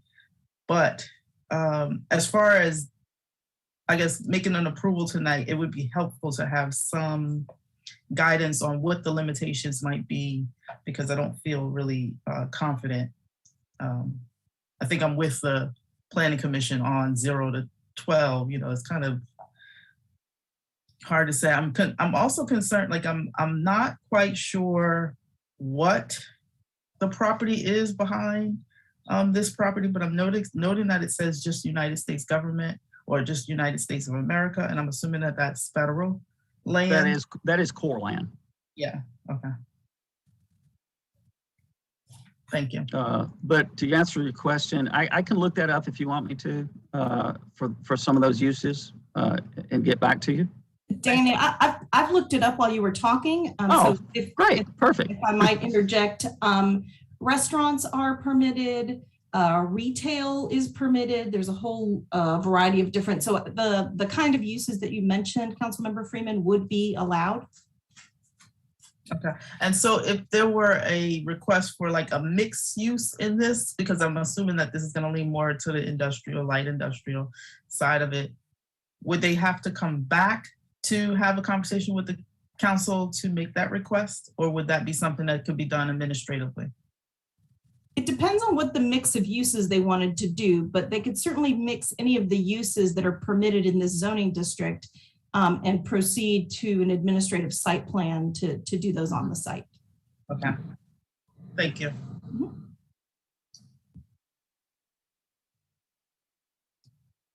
Any other questions of staff? All right, we now turn to our public speakers. We have 8.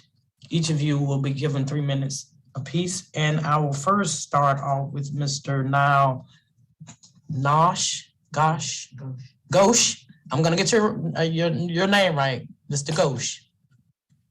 Mayor Neal, thank you very much. And I have with me tonight in the same room, Patrick Biker, who's also with the Morningstar Law Group, and Kelsey Westwood, who is with Kimley Horn. So the 3 of us are speaking together. Would that be all right if we took around, I guess, 9 minutes? Yes. Okay, perfect. And actually, Patrick Biker in my office is going to handle the presentation, but thank you very much and Happy New Year. Thank you. Thank you. Thank you, Mayor O'Neill, Mayor Pro Tem, members of City Council. Can you hear me okay? Yes, sir, we can. Okay, great. Danny, would you be so kind as to pull up our PowerPoint for this agenda item? And again, yes, I'm trying to do that right now for you. And also, Patrick, did you get a chance to send that to our city clerk beforehand? No, I think we only sent it, Neil just sent it to you. Right? That's okay. Great. I just wanted to make sure so I could get her a copy for our public record. Oh, of course. Yeah, appreciate that, Danny. Thanks for all your help over the years. Certainly. Give me just one moment. I'll have that pulled up for us. Yes, sir. And just tell me when you want me to change slides. Okay. Yeah. If you could put it on slideshow, that'd be great. There, and there we go. Mayor O'Neill, Mayor Pro Tem Middleton, members of the City Council. I'm Patrick Biker. I live at 2614 Stewart Drive. I'm an attorney with Morningstar Law Group, and I'm here tonight for this agenda item. Again, with me tonight are Kelsey Westwood of Kimley Horn, our site engineer, along with my colleague Neil Ghosh, as well as Andy Smith, who is leading this project for Skinnell Properties. Next slide, please. This zoning map change is to rezone 4 tracts to IL without a development plan. One of those tracts is on the east side of Highway 55, and then 3 tracts are slightly more than 2,000 feet west of Highway 55 along the Wake and Chatham County lines. At the outset, I wish to address why there is no development plan with this zoning map change for industrial light. First, all of the property to the north is U.S. Army Corps land. To the south is another industrial park that we built in the town of Cary and the remnant parcels that are still owned by Triangle Brick. Second, if the City Council considers the current zoning on the 100 acres that we are discussing tonight, it is zoned rural residential, which allows for homes to be built with septic tanks. I cannot think of a more environmentally degrading use than septic tanks near the U.S. Army Corps land. Next, my educated guess is that it would take over a year for a development plan to go through the review process. In my experience, the primary drivers of a development plan often are increased buffering and increased environmental protections. To that end, it is important to recall our community's efforts about 10 years ago known as EEUDO, or Environmental Enhancements to the UDO. Long story short, Durham has the strongest environmental standards relative to issues like stormwater, stream buffers, and wetlands protections when compared to Wake and Chatham counties, which are adjacent to the south of the site we're looking at tonight. Accordingly, I don't know what a development plan would accomplish beyond what the UDO already mandates in terms of protecting our region's environment. Moreover, Skinnell has a proven record of being a good neighbor when it comes to lighting and noise, as you'll see later in this presentation, when you see the Power Secure building in Triangle Business Center and candle signs in the Regional Commerce Center. Last, I have to emphasize that the 100 acres we are discussing tonight are next to 135 acres already zoned industrial light with no development plan, and those 135 acres scored 13 out of 14 in the October 2020 Industrial Land Use Study published by the Planning Department. Now I would like to address the history of this site. The entire assemblage was owned by the former property of Triangle Brick, where Triangle Brick excavated clay to manufacture the millions of bricks used throughout Durham and the Triangle. As I stated, this zoning map change covers around 100 acres on the west side of Highway 55 along the Wake and Chatham County lines. And then there's another 4-acre parcel on the west side of 55. Next slide, please. Again, I need to stress that the entirety of the industrial park Skinnell Properties hopes to develop contains 235 acres, and the 135 acres next to Highway 55 are already zoned industrial light with no development plan. Next slide, please. Here's the aerial photo of what the assemblage looks like. You can see the former brick pits that have filled up with water within the 135 acres on the right, and on the left side is the 100 acres that is an area that's been timbered at least twice over the past several decades. To the north of the 25-acre assemblage is almost entirely United States Army Corps land, except along Highway 55, where this assemblage is adjacent to the Triangle Wastewater Treatment Plant. The residential neighborhood to the north is about 120 feet from the Triangle Wastewater Treatment Plant, and the nearest homes are about 700 feet from the treatment plant itself. Next slide, please. In regard to this zoning map change, the closest home is over 500 feet away from the boundary of this rezoning, and it is entirely wooded. It is important to note that there's a 200-foot wide Duke Energy easement that precludes any buildings within that easement area, and that is more than 1,000 feet from the nearest residence to the north. Based on our goal of being a good neighbor and based on what we heard at the Planning Commission from several neighbors, we investigated existing light conditions in the public right-of-way for Piperwood Court. Next slide, please. As you can see from this slide, the UDO standard in accordance with section 7.4.3b is 1/2 foot candle at the property line.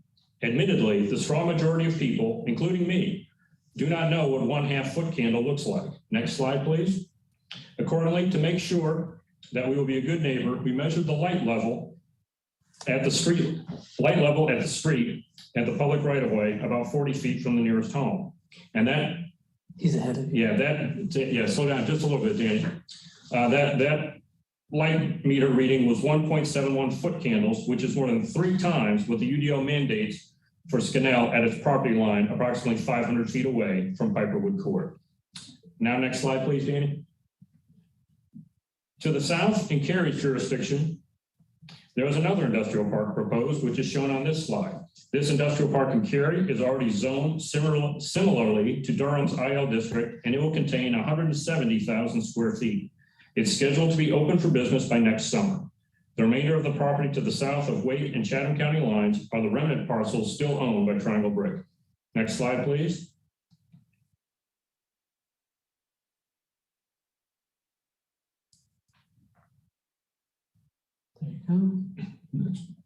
In closing, I wish to address the tremendous benefits associated with this zoning map change. First of all, we have petitioned for the annexation of this 235-acre industrial park, so it will generate a great deal of city tax base right next to RTP. I believe that will be approximately $67 million at full build-out. Keep in mind, RTP does not pay city taxes. This site is key for Durham's industrial recruitment since it has the best transportation infrastructure I can recall of any development I've presented to the City Council. NC 55 is a large multi-lane facility that's only running at 59% of its capacity. In addition, the site has convenient and very efficient access to Highway 147, an interstate facility with a direct connection to RDU Airport. Also, I would estimate this site is about 5 minutes away from the Apple campus in the Wake County section of RTP. That proximity will allow Durham companies in this industrial park to be the vendors and suppliers to Apple and other RTP companies, creating good paying jobs for our residents. To accelerate the creation of these good paying jobs, our team has a site plan for the entire 235 acres under review right now. And that site plan shows the dedication of right-of-way and the construction of Hopson Road in accordance with the Comprehensive Transportation Plan. This industrial park is permanently buffered by the U.S. Army Corps lands, and this site along NC 55 scored 13 out of 14 in the industrial land use study published by our planning department in October 2020. Next slide, please. Even with these facts, Skanel is ready, willing, and able to submit a text-only development plan to prohibit uses, the uses listed here within the 100 acres we are rezoning, if the council deems that to be necessary. In fact, we've already paid the $5,000 fee for that text-only development plan. I hope that addresses any concerns that the council may have about uses allowed in the IL district that certainly are not the intent of Skanel properties for this site. Next slide, please. Given all the advantages associated with this zoning map change, I wish to share briefly with the City Council 3 examples of Skanel's industrial buildings that Skanel has built in Durham over the past couple of years. Next slide, please. The Power Secure campus is at the corner of Alexander Drive and Miami Boulevard. It's a 15-acre site that has 2 buildings containing 243,000 square feet. Again, this is a high-tech manufacturing facility with approximately 350 employees. It has bike and ped connections, and it creates, they manufacture microgrids for uses such as hospitals that need to have redundancy from the traditional power grid. Next slide, please. Skanel has also developed a building for Pfizer. This is in the Imperial Center, and it is located next to Interstate 540, just north of the Wake County line. It has over 120 jobs. It's a clinical manufacturing facility that manufactures components for gene therapy drugs and for testing labs. And it employs a wide range of people, from people with high school degrees through PhDs. Next slide, please. And last is the Candle Science Building. Again, this is a part of a 65-acre campus called Regional Commerce Center, which is along the Durham Freeway, north of Ellis Road, south of Andrew Avenue. The Candle Science Building is 144,000 square feet. Has about 200 employees, and it is a wonderful employer that pays a living wage, does not have any specific educational requirements for employees, and they offer full benefits to all 200 employees. In closing, I think it is important to note that Skanel built the Candle Science Building on property that is zoned industrial light without a development plan. Skanel hopes to build on its recent accomplishments in Durham with this new industrial park just outside of RTP. For all these reasons, we respectfully ask for your approval. Thank you for your time tonight, and we'll be happy to answer any questions after the next speakers. Thank you. Thank you, Attorney Biker. We'll go on with our next speakers. Ms. Cindy Burns, I believe, or was she with you, Attorney Biker? with the Realtors Association. All right. Is Cindy Burns? Yes, I'm here. Can you hear me? Hello. You have 3 minutes, ma'am. Thank you. How are you? Great. I am the president-elect for the Durham Regional Association of Realtors. I do live here in Durham, 127 Continental Drive, 27712. Couple of points that I'd love to make on this particular proposal. I feel like this is a great opportunity for jobs in Durham that are desperately needed. This particular opportunity fills a job bracket that we're missing. This opportunity will allow a wide range of jobs from high school graduates on up. This is a type of opportunity that the citizens of Durham needs to assist with our growth. Additionally, this request will provide an abundance of job opportunities while at the same time not leaning heavily on the Durham services that many other zoning changes require. This type of zoning requires very little from the city of Durham while providing a lot of opportunities for its residents.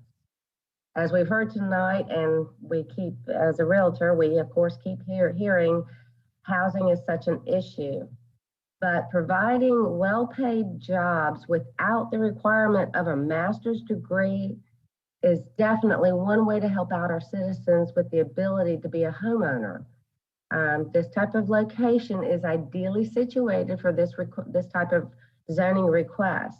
We have the 4 major highways. We have the RDU.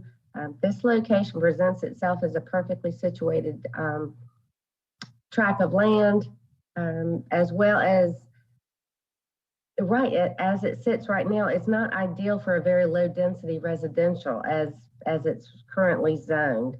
I just don't foresee as a realtor that type of attraction in this particular location.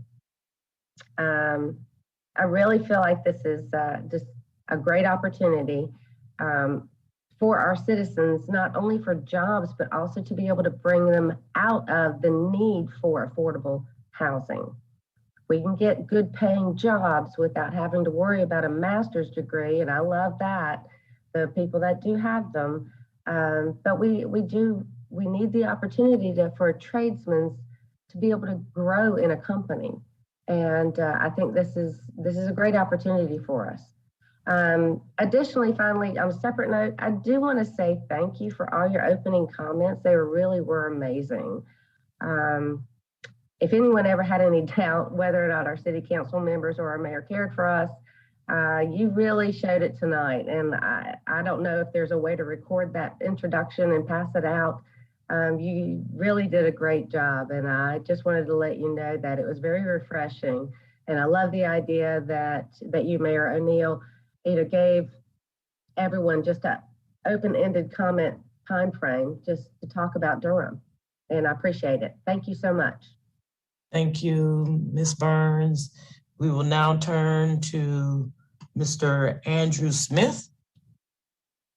Mayor O'Neill, this is Neil Ghosh again. Andrew Smith is on our development team, Ms. Cannell.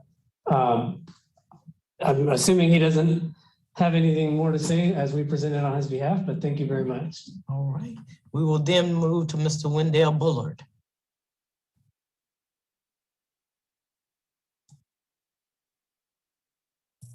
Good evening, Mayor O'Neill. Can you hear me okay? Yes. Good evening, Mayor O'Neill, Mayor Pro Tem Middleton, City Council members and staff, and thank you again for allowing me to speak for just a moment about this project. The comments that were made earlier on the earlier application at 2211 Page Road resonated clearly with me when looking at this site. And as the council members spoke about the proffers for schools, housing affordability, and as a broker realtor in the market, I know this site from many, many years ago, having briefly worked at Triangle Brick after coming out of the military. So I know this site and watched it over 35 years or so. But we do need development of employment centers along this track at our Wake County border, Chatham County and Wake County. And this site offers quite a bit of opportunity for additional business development as Ms. Burns stated, to create employment centers for a wide range of our students in the various, whether it's Durham County, Durham Tech, for example, the local high schools. We do need that missing middle training and opportunities of employment, which also go to tax base, but also goes to a reduction in our youth not having opportunities that go beyond technical school or maybe even college if they don't pursue it. So we do have to have that missing middle employment, and an industrial center like that takes an underutilized asset under the current zoning and increases its highest and best use, which also reduces demand on the public utilities that are needed. So the return on investment from the city is quite great. With that, I want to say thank you for the opportunity to speak. Madam Mayor, I appreciate your words to our city. And as a citizen and resident, we are on board to do the best work we can in these types of projects from developers and investment community, help the city's tax base enlarge and be able to provide revenue for the many other services that we need in order to support our community. So thank you for the opportunity. I support the project, having reviewed it, and enjoy listening to the additional comments and speakers. And happy New Year's to you all and to our leaders. And thank you for your service.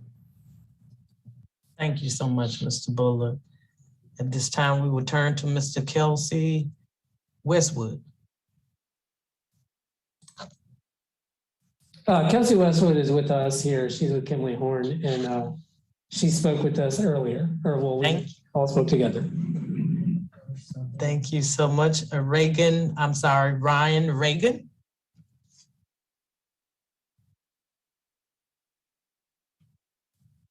Yes, Madam Mayor, can you hear me? Yes, sir. Great, thank you. Good evening, Madam Mayor, Mayor Pro Tem Middleton, and other distinguished members of the City Council. My name is Ryan Regan, and I live at 5318 Dover Ridge Lane in the city of Durham. And I serve as the Vice President of Economic Development at the Greater Durham Chamber of Commerce. I want to voice my support for this annexation request. I believe that the Morningstar team appropriately covered the main reasons for supporting this annexation in their comprehensive presentation a moment ago, so I won't rehash every reason. But as you know, a top priority of ours at the Chamber is to ensure that our community's economic development successes touch all members of the community by connecting more city residents to job opportunities to elevate their standards of living. Last year, we received a record number of RFIs for economic development projects considering Durham, both the county and the city. And our community's ability to compete with these opportunities rests on a number of factors, chief among them being the availability of buildings and developable sites. Suitable industrial buildings and sites continue to be limited given our community's significant recent growth. Allowing for the annexation and subsequent development of this property in question will be a positive step towards alleviating that supply and demand issue, especially given some of the appealing features of the property as outlined earlier by Mr. Biker. Ultimately, this property has the potential of greatly diversifying the economic opportunities available to residents in this part of Durham beyond the types of jobs that are typically concentrated at the nearby Research Triangle Park. This would hopefully allow more of our city's residents to connect to our local economy through the availability of more jobs across a broader range of skill levels and a broader number of industries. So keeping it short and sweet tonight, Madam Mayor, I would encourage council to give positive consideration to this annexation request for some of those aforementioned reasons. As Mr. Biker noted, Scannell has been a supportive developer in our community in the past, and I'm confident that their plans for this property are again in the community's best interest. This concludes my remarks, Madam Mayor, and I thank you for your time this evening. Thank you, Mr. Reagan. We'll now turn to Sean Hayes. Good evening, Madam Mayor O'Neill, Mayor Pro Tem Middleton, and members and staff of City Council. I am the 2022 president of the Durham Regional Association of Realtors, and I am a resident of Durham at 1114 Comac Drive in Durham, 27703, and I am in support of the annexation. As presented to us by Mr. Biker, it appears to me, based upon the previous item 17, that the highest and best use of this land would be to join it to the light industrial that's next to the property currently. I've been in the Durham area. I've lived here for 21 years now. I've not only been a realtor since 2005, but I was also a real estate appraiser during that time period as well. And the first thing you look at as an appraiser is what is the highest and best use of the land. I think in consideration of its location, what it brings to the county and the city from a tax base to have this annexation and rezone of the parcels brings greater value than the current use of rural residential. I believe the speakers before me have touched on numerous items that I would have touched on as well. So I'm going to leave their words to them and just say I agree with their statements, and I will yield my time back to anybody else that needs it. Thank you, Mr. Hayes. I believe that I have concluded the list of speakers that have signed up, but would like to open it now for those who would like to speak on this item. And if you would let us know whether you are a proponent or whether you are an opponent of this item. Are there other speakers? And I believe we have Ms. Jackie Wagstaff and Mr. James Shackelford is what I'm being told. Ms. Wagstaff, if you would let us know whether you're an opponent or proponent, and then you will have 3 minutes to speak.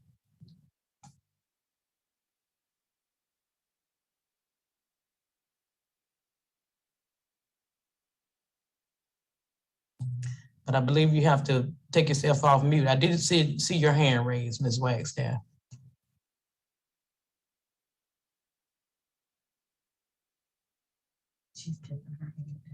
Okay. Mr. James Shackelford, I believe your hand was raised as well, sir. If you would like to, yes, sir. If you would like to speak, and if you would let us know whether you're a proponent or an opponent. At this time, you will have 3 minutes, sir. Hello. Can you hear me? Yes, sir. Thank you, Mrs. O'Neill and City Council and staff of this great city. I'm a proponent of the annexation of this area. It's to my understanding that there are a number of problems that we have with violence, not to mention the ongoing problems we've had at South Point Mall with the shootings and things and sorts of that nature.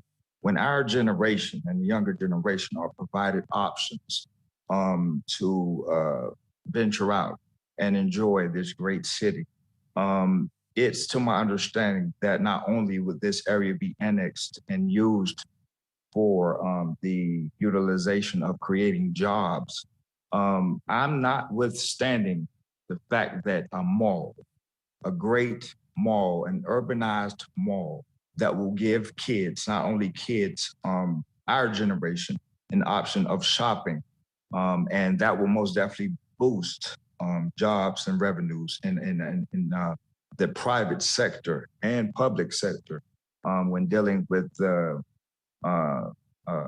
economic developments. Not only will it boost revenues for our economic developments, it will also extinguish the amount of violence that's been happening at South Point. And we want to try to divert attention when given the option of choosing this mall and that mall. Not only would it create more jobs, but it not only create a more livable environment where people can feel more comfortable with having more than one option, as opposed to Crabtree, that's in Raleigh, as opposed to South Point, where a lot of violence has been occurring. In my opinion, I am a proponent to this area being developed as a means to creating jobs, to creating options where kids can go relax, where there's no type of violent environments. Not only did I remember someone mentioning that was a training area for Army Corps members or something, and that was federal land. It's to my understanding, if violence was to occur at this mall after being annexed and constructed, those people that would commit a crime of that nature that happened at South Point would not only be faced with the consequences of doing crime in this federal land, but not only that, it creates a more a type of comfort. It brings more of a economic impact to our community, not only the taxes that it would generate from the new stores and jobs that it would create, in my opinion, would be a great idea. Thank you, Madam O'Neill and City Council members and staff for letting me speak based on this matter. Thank you, guys. Thanks, Mr. Shackelford. Ms. Wagstaff, you have your opportunity to speak now. I see your hand raised. If you would let us know whether you're a proponent or opponent, and you have 3 minutes, ma'am.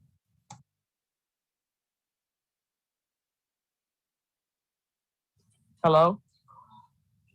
Hello? Yes, ma'am, we can hear you. Well, I have a few concerns, but I think that I've heard enough spoken tonight that some of my concerns have been addressed. But I did have one concern that I heard, I think I heard Councilwoman Freeman mention about this annexation. And if it is, this change would allow for internet cafes and that type of business.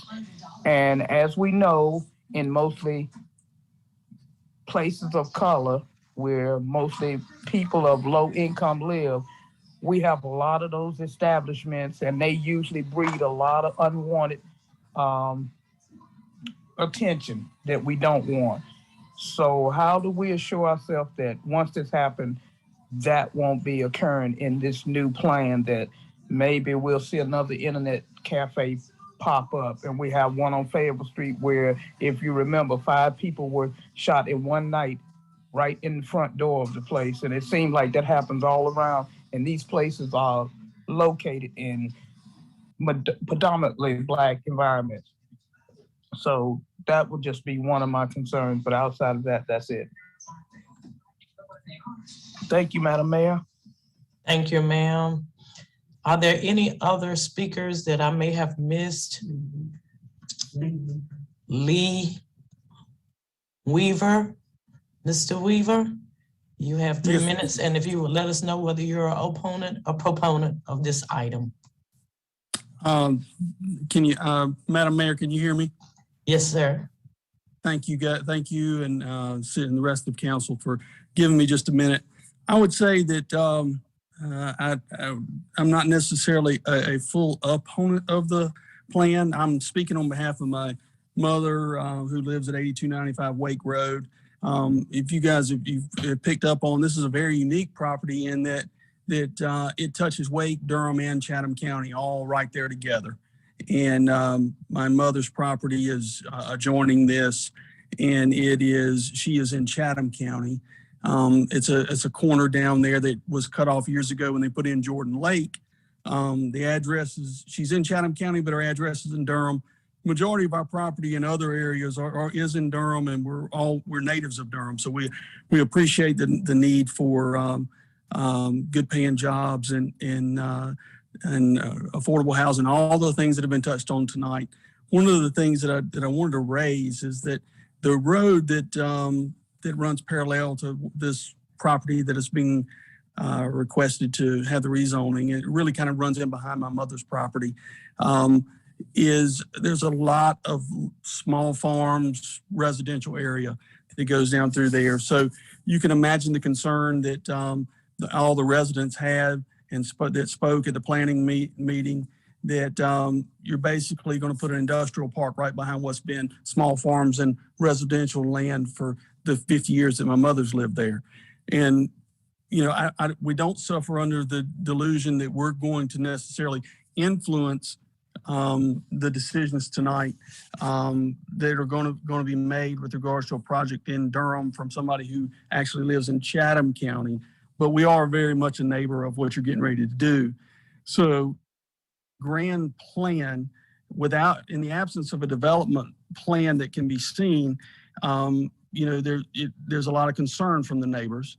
But if you're going to move forward with an industrial zoning and probably warehouses and that type of thing behind our property, the one thing that the area needs and what we would think would be a good neighbor and forethought planning would be the access to the utilities that would come along with said, the warehouses and that type of thing. Because what's really going to happen is the value as a residential area is going to go down, in our opinion.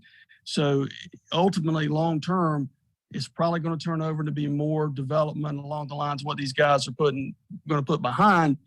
And there needs to be planning of things like stub outs for to tie into the sewer, which would still require a partnership between Chatham and Durham County, because like I said, it's been nicknamed the Lost Corner down there because all three of those counties come together, and the lake cuts it off from Chatham County, and Cary's got the other part right there. And truth be known, it just kind of sits out there as an orphan and part of Chatham County. Thank you, Mr. Weaver. Thank you. Thank you for your time tonight. Thank you for sharing your concerns with us. Now, are there any other speakers? All right. And now, Mr. Nosh. It's Ghosh, and thank you. We just want to take a minute to respond to some of the items that we heard, if that would be all right and appropriate. Sure. Sure. So I think there was some concern related to internet cafes or that type of thing. And if you'll recall, Mr. Biker mentioned that we have already paid the fee for a text-only development plan, and there are a list of uses which we stand prepared to prohibit on this property.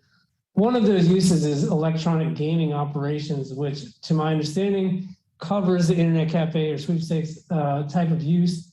Payday lenders also is another one that we were prohibiting, and also nightclubs and bars and paintball. There's a number of other ones, but I think some of those seedier uses, if I could describe it that way, are the ones that we are looking to prohibit if the council is looking for that type of commitment. We've already paid for it, and we'll submit the paperwork for text-only development plan to prohibit those types of uses. That's not an issue.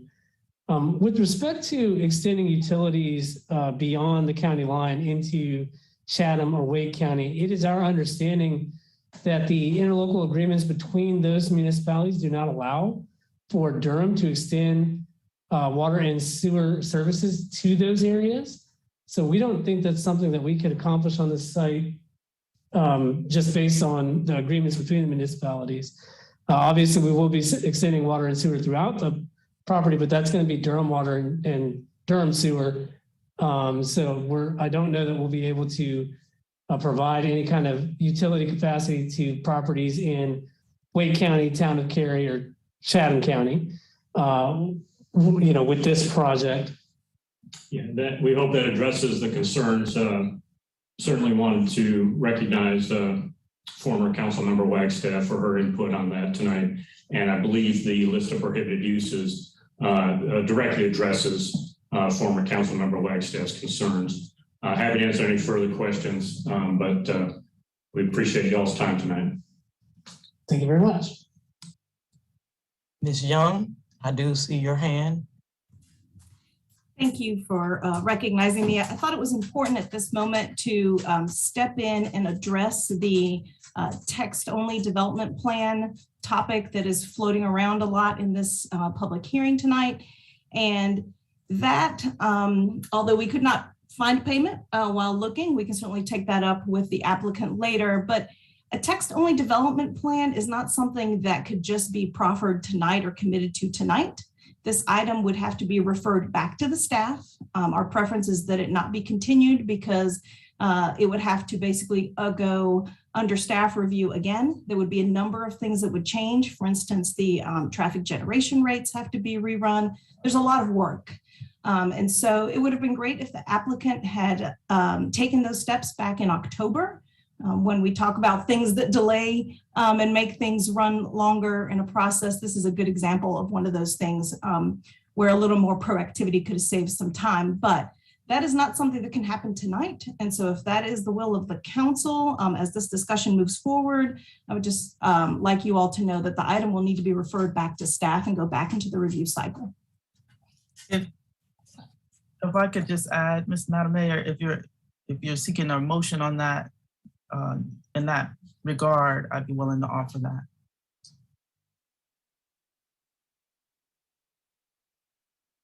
That the item be returned to staff for further review around the text commitment for prohibited uses.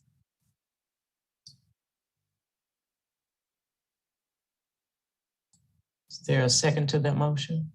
Madam Mayor, a point of order. We're in the middle of a public hearing, in the middle of the discussion, and as the gavel holder, you're well within your prerogative. I don't sense that you were seeking a motion, calling for a motion. So I don't, just a point of order. All right, I think I see Mr. Ghost's hand up again. If you don't mind, Councilwoman Freeman, if we would let him respond to, I think, probably what Ms. Young has just stated. Yes, Mayor Pro Tem, members of council, just want to refer back to the specific wording in the UDO, section 3.5.6H, which states that for a text-only development plan, quote, the text commitments can be proffered anytime during the application review and adoption process.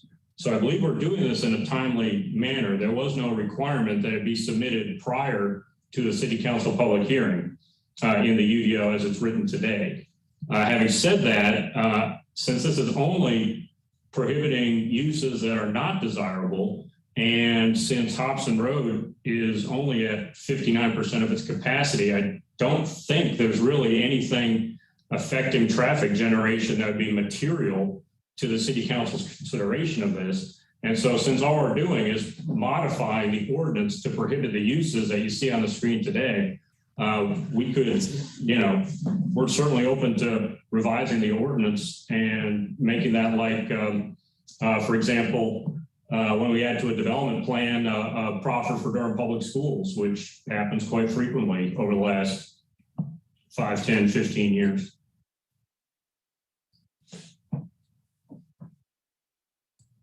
Ms. Young?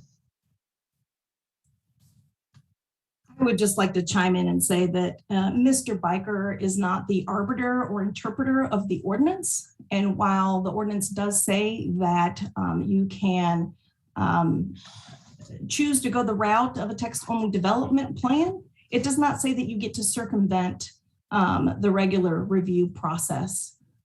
Again, Mr. Biker, his team has been talking with staff about this and has failed to provide us the information until now. So I just wanted, in full transparency, this happens a lot where the staff get jammed at the last minute. And so I just want to be clear about that I'm not for obstructing or inefficient processes, but there is a little more to it than what Mr. Biker is claiming.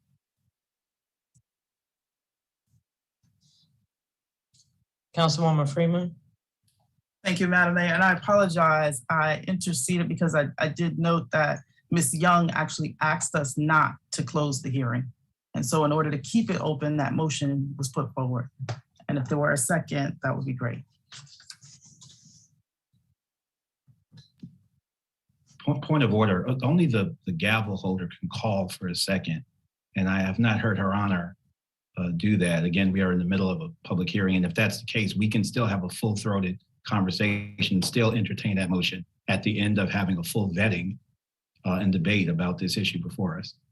That's my point of order. Thank you, Madam Mayor. Councilwoman Johnson. Thank you, Madam Mayor. I just wanted to say that I would be comfortable with referring this item back to staff for further review. We rarely get that request from our planning department staff to have the opportunity to further review a case, and I would be inclined to defer to their expertise on when that should happen. So would be in support of referring it back to staff at whatever moment you deem appropriate. Thank you. Thank you for that. Okay, so let's close the public hearing at this time unless there are other speakers, and then the matter is now back before the council. Madam Mayor, I just want to make a point of order. She did ask that we don't close the public hearing. I just want to make sure I'm noting I think that. she asked that we don't continue it, that we close it and then refer the item back to staff. I think is that correct, Ms. Young? That's what I heard it to be, that we close public hearing, and then at that point we take up the matter of referring it back. Is that correct? And then staff would re-advertise it, get it on an appropriate agenda, and it would be back before you again for another public hearing. all right? And Mr. Ghosh, I have closed the public hearing. I see your hand up at this point, but the public hearing has been closed. Understood. Just wanted to get clarification on what the process was of closing the public hearing, tabling it, and then if we could understand what the review cycle would be, when would we be coming back to council? Yeah, we respectfully ask that the public hearing be, I'm sorry if I missed that, Madam Mayor, that the public hearing was closed. Normally, the public hearings continue to a date certain. Right. And so we would request that be, we would be happy to write the ordinance tonight and turn it back in. Again, I believe we have a receipt showing that we paid the $5,000 fee. And we respectfully ask that this just be continued to the next city council meeting, since all we're talking about is the list of uses that's on the screen before you all today. Okay, at this point, what I will do is defer to our attorney, as I'm not gonna give any legal advice at this point.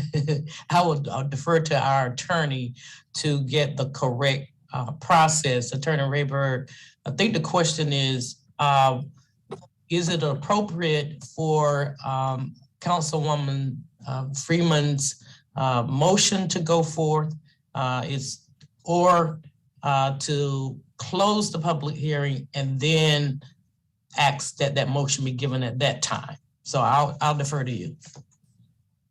Right.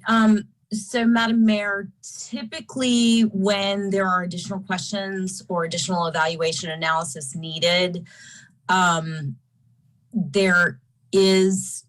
public hearing is held open and it is continued to a date certain. That the council decides during the public hearing, it consults staff and says, when might we be able to continue this hearing? What would be an ideal date? So that is, in my current experience, the way that has been handled. I don't know how much time the planning department may need in this instance to reevaluate things. So that may be why the department is just recommending that the hearing be closed, referred back to the administration, they go back to the drawing board, re-advertise, and then bring it back. So that's a different process, and it may have to do with the type of work that they need to do. That's something I can't speak to. But typically the process is that a matter is held open and continued to a specified date. Right, so at this point, would it be proper for me to open the meeting again, because I had closed it, to reopen the meeting? And we're all learning here in Durham tonight, so this is good. This is good stuff. So reopen the meeting.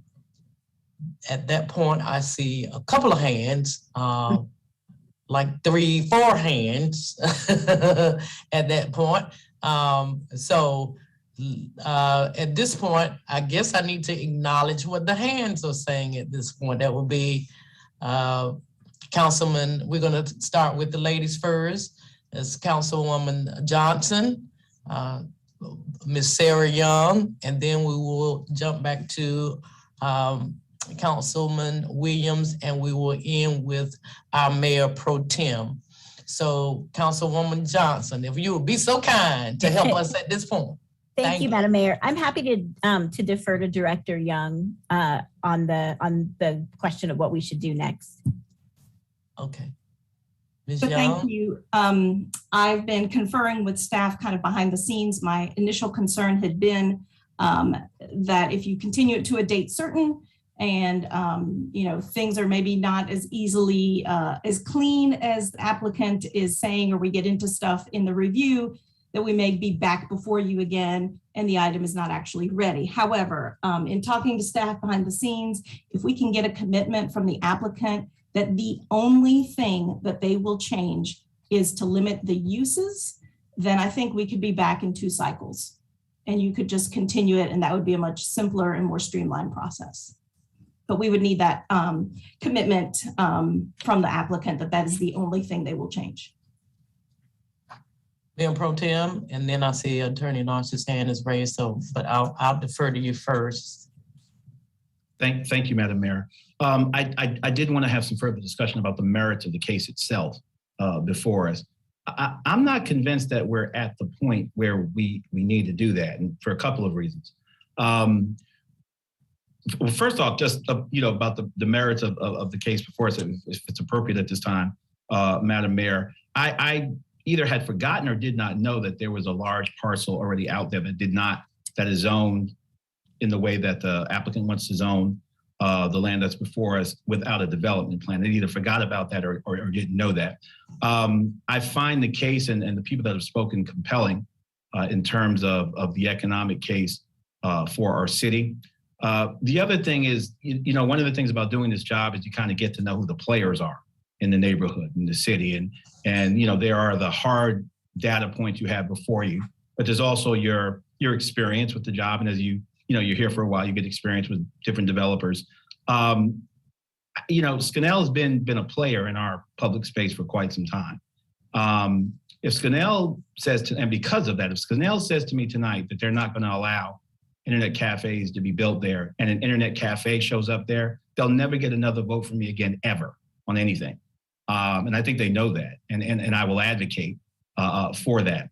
I don't think that the threshold of uncertainty about what may or may not go there has been crossed, or at least for me, where we need to refer the matter back, particularly if it's just one item about internet cafes, and Attorney Ghosh and others have made a representation tonight that they're willing not to have that happen. We've had, proffers made to us. Granted, they've been for affordable housing and DPS, and we don't send those back for review. I did, and not to say that these are totally analogous, but Scannell's been in this space for a minute. They've worked hard to reach a certain level of reputation, and if they want to squander it by making a misrepresentation to this council and going back and doing something they said they weren't going to do, then they'll pay the price for it. But I do not think, all things considered, particularly the economic case to be made in this area and what's already out there and around it. One of the things that and I appreciate, and let me say also to the Planning Commission's comments, I take very seriously the Planning Commission's comments, and the creation of the perception that no development plan is always a bad thing, I don't think is an article of faith that we should adopt as a council. Now, I think it's appropriate for them. I'm glad that they instinctively raised that flag, because I think when there is no development plan, we should look closer. But it does not necessarily follow that in all cases that the absence of a development plan is necessarily a bad thing. That's not the case in all cases. So I appreciate the instinct, and I appreciate the reflex on the part of the Planning Commission. I hope they'll continue to do that. But I think that kind of a uniform, non-nuanced, reflexive application of a rule that if you don't submit a development plan, there can't be a nuanced conversation. I don't think that serves us well as a council, as a city. Again, looking at what's already out there in that area, I agree with the staff. It's consistent with what's already out there in the area. I think it potentially could be an economic windfall for the city. And one of the things that, as a counselor that I seek to do is not to create a chilling effect on our economy, but also not to deny our economy opportunities as well, while keeping an eye on our values. I mean, a lot of the stuff we want to do, as a progressive city, we need money to pay for it. And if there's a way that we can expand our tax base without doing violence to any of our values, without tearing up neighborhoods, then that's compelling to me. And finally, I'll say again, just this isn't a developer who we're unfamiliar with, who has no footprint in Durham. And I think that's important. I think that's important that we weigh everything: the Planning Commission's comments, staff's comments, the long-term economic viability of our city and our region, and we are part of a region. And I think in this particular case, I think the staff got it right in recommending approval of it. And again, my word to Scannell is if you put crazy stuff out there, you'll have to deal with this council in the future. But I do not think that we have crossed the threshold of uncertainty where we need, at least for me, to refer this back to staff. I take them at their word that if they say they're not going to put an internet cafe out there, that I take them at their word. And if they cross me, well, we'll see each other again, because they're going to want to do business in Durham again. So that's my thing. I'm prepared to vote on this tonight, but of course I will abide by the will of the council. Thank you, Madam Mayor. Thank you, Mayor Pro Tem. I do see Attorney Ghosh's hand raised again, and so I'll give him the opportunity to respond. I also see Councilwoman Freeman, Councilman Williams, and Councilwoman Caballero, and we'll go in that order, and I won't come back until everybody's done, okay? All right. Thank you, Mayor O'Neill. And just to respond to Director Young's comments, the only proffer we are making here is one which would prohibit certain uses. That having been said, we would prefer to have a vote tonight, and did not necessarily appreciate that a whole new evaluation would need to be done simply by eliminating uses which otherwise would be allowed on the property. So, I suppose I would say if it's going to cause this case to be delayed for some length of time, that, the case, Scannell has already submitted a site plan.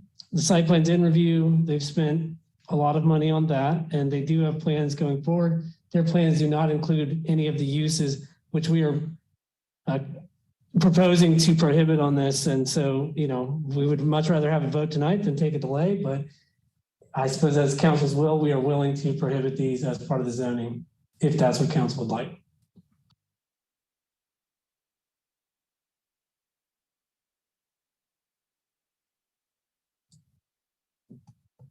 Freeman, Williams, Caballero.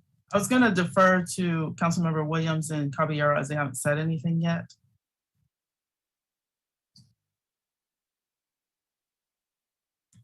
Thank you. I had a few questions. Mr. Ghosh or Mr. Biker, representing Scannell. How many jobs are we expected to bring in building this again?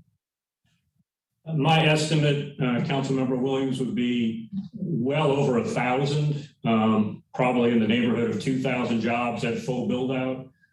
It could even be more than that, but that's, I think, a reasonable estimate for the 235 acres that we're moving forward with tonight. That'd be well over 1,000 jobs, could be over 2,000 jobs.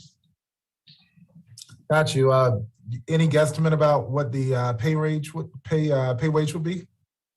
I think they'd all be strong living wage jobs with good benefits. Again, many of the companies in RTP require that of their suppliers and vendors, that they be living wage employers with good benefits for their employees. And again, the important point is that Research Triangle Park has a tremendous number of restrictions on the types of jobs that can be in RTP. This would be in the city of Durham. and it would allow people with a high school degree, a GED, an associate's degree from Durham Technical Community College to access a job that would certainly pay a living wage and allow them to really enjoy the benefits of living and working in Durham. It's something that I've been passionate about for the 27 or 28 years that I've been working in Durham, sir. Thank you. How far is this site from the new Apple campus? I would estimate 5 minutes, sir, by car. I don't know how far it is in distance, but I would say the drive is approximately 5 minutes. Got you. How much do you suspect this expanding the tax base? I think it'll, if based on the cost benefit analysis, that was in the staff report. If you sort of reverse engineer that based on a city tax rate of 0.5517, comes out to about a $67 million expansion of our tax base in the city limits. And Wake County and Chatham County have already zoned for this type of development? Adjacent to us in the town of Cary, yes, it's already zoned. I believe it's zoned ORD, which is, for lack of a better description, their light industrial manufacturing research development office zoning district. So yes, directly adjacent to us to the south is a 14-acre site that's already zoned and is already well along in the development review process. They expect to be moving companies in there. Hopefully they hope by sometime this summer. Can you tell me where there may be an internet cafe or anything alike in RTP?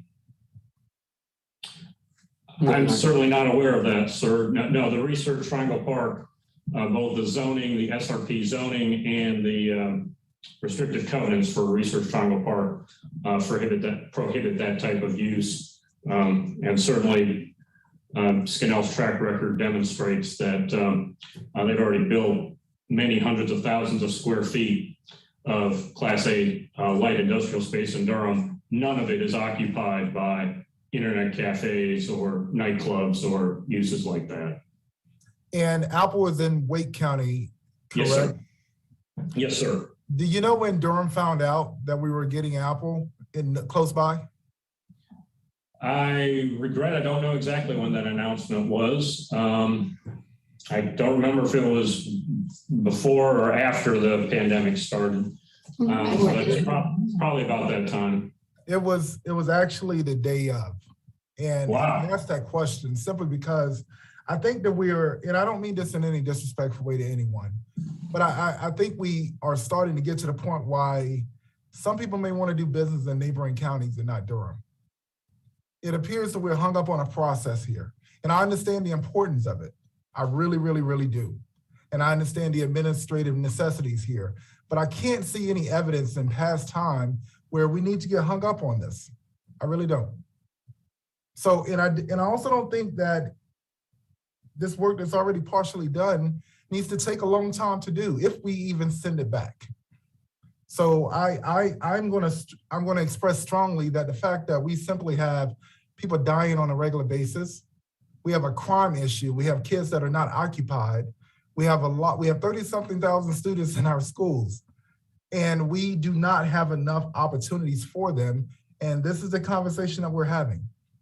I don't want to oversimplify that, but I want to stress strongly my position on this.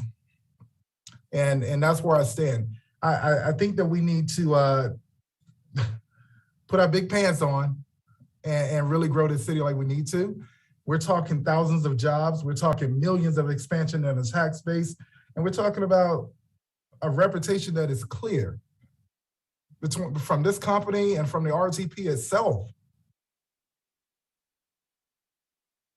And I don't know. I don't know. I hope that we can move forward with this. I really do. Thank you, Mayor. Councilwoman Caballero.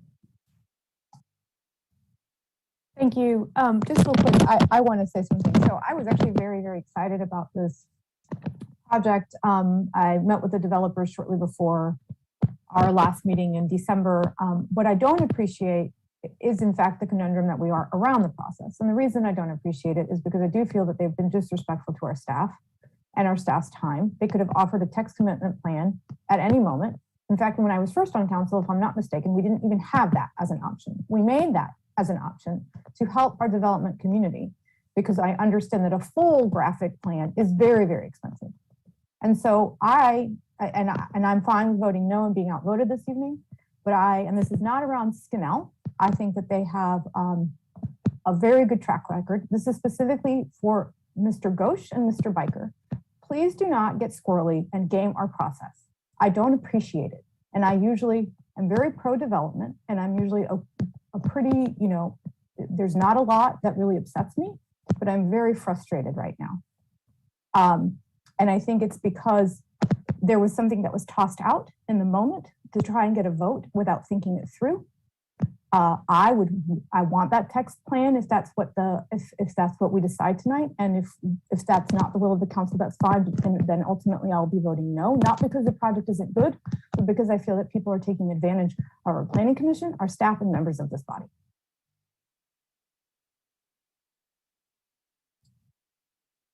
Councilman Reese and Councilwoman Freeman both have hands raised.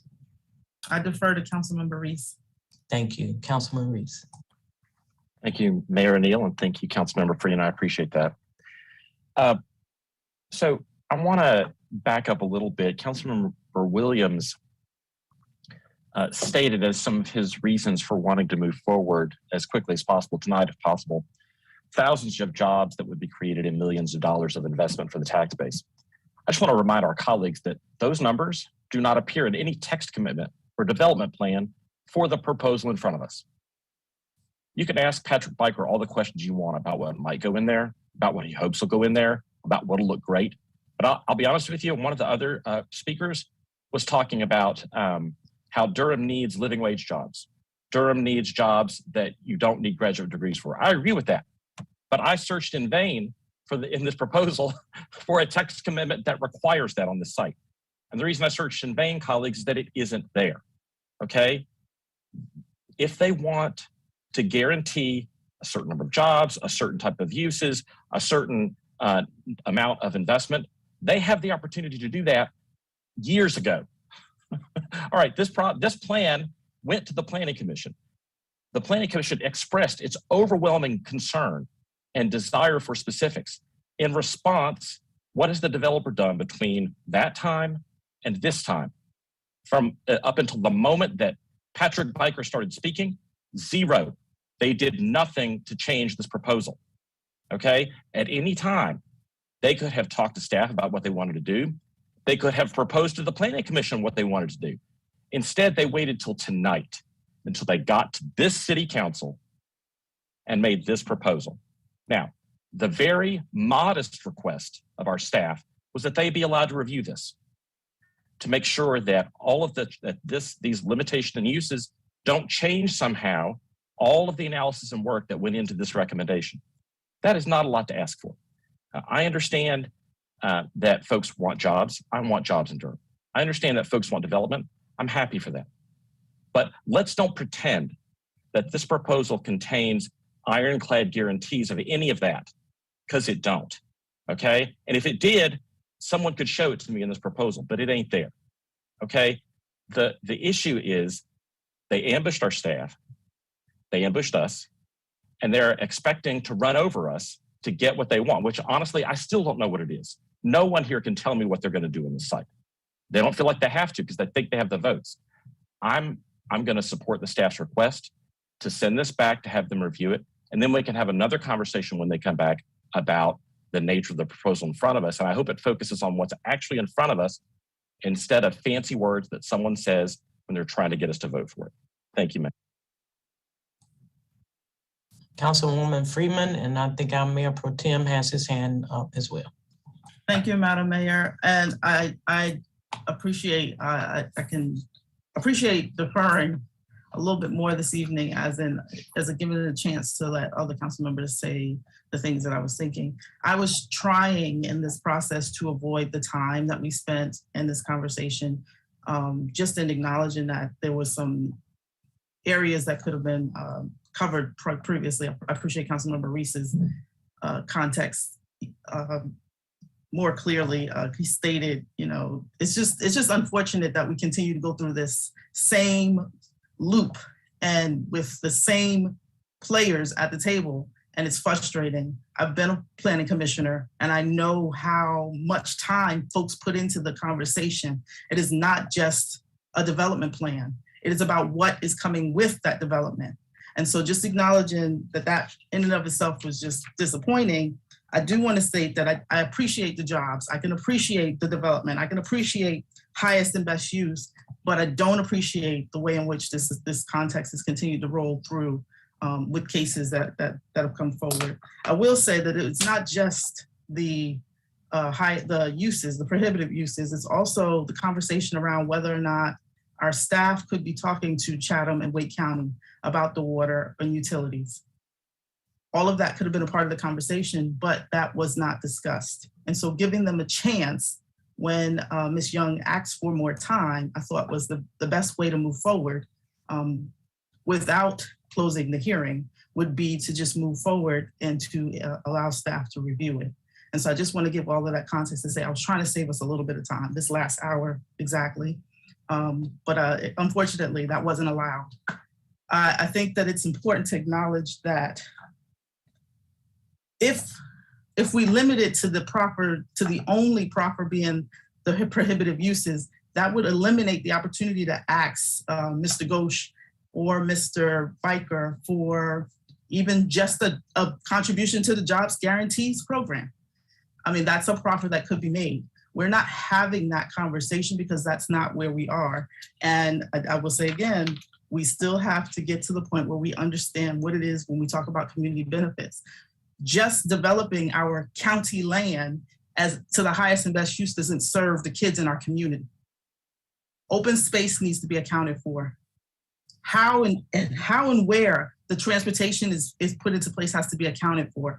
And doing it without a development plan is fine, but making sure that we understand what is going to be in place and why, like where we're going with it would make a lot more sense. I appreciate the questions that Mr. Councilmember Williams asked, but can Scannell actually say that they would own this piece of property in perpetuity? Those text commitments would be there. And I would not move this forward. I would not vote for this at all without those text commitments. Thank you. Council Mayor Pro Tem Middleton, and then we'll follow that with Councilman Williams, and then we'll follow that with Councilwoman Johnson. Thank you, Madam Mayor. I think there's absolutely no controversy that this council should stand for protecting the integrity of our staff and making sure that we're a bulwark against any disrespect or gaming of our staff, whether they work in planning or the police department. They're all our staff.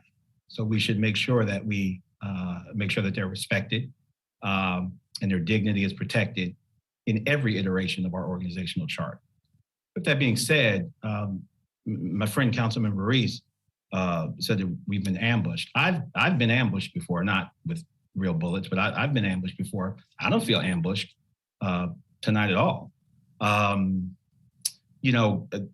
Reese said that they think they have the votes.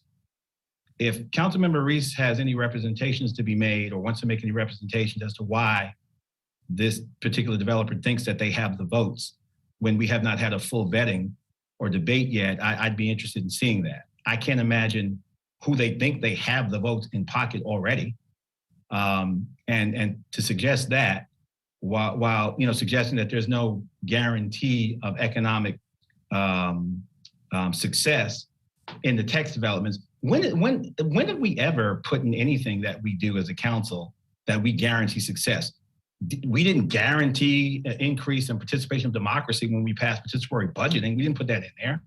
We don't ever, that's not the way economic, be they tax cuts or whatever, nothing's guaranteed. I've never seen a text development where it says we guarantee that the price point will be this, or we guarantee that this many jobs will be made, or we guarantee that the tax base. There are indicators, there are equations, there are algorithms, there are best practices that we use. So I just reject the false argument that sans concrete text developments or text commitments that there's going to be economic success.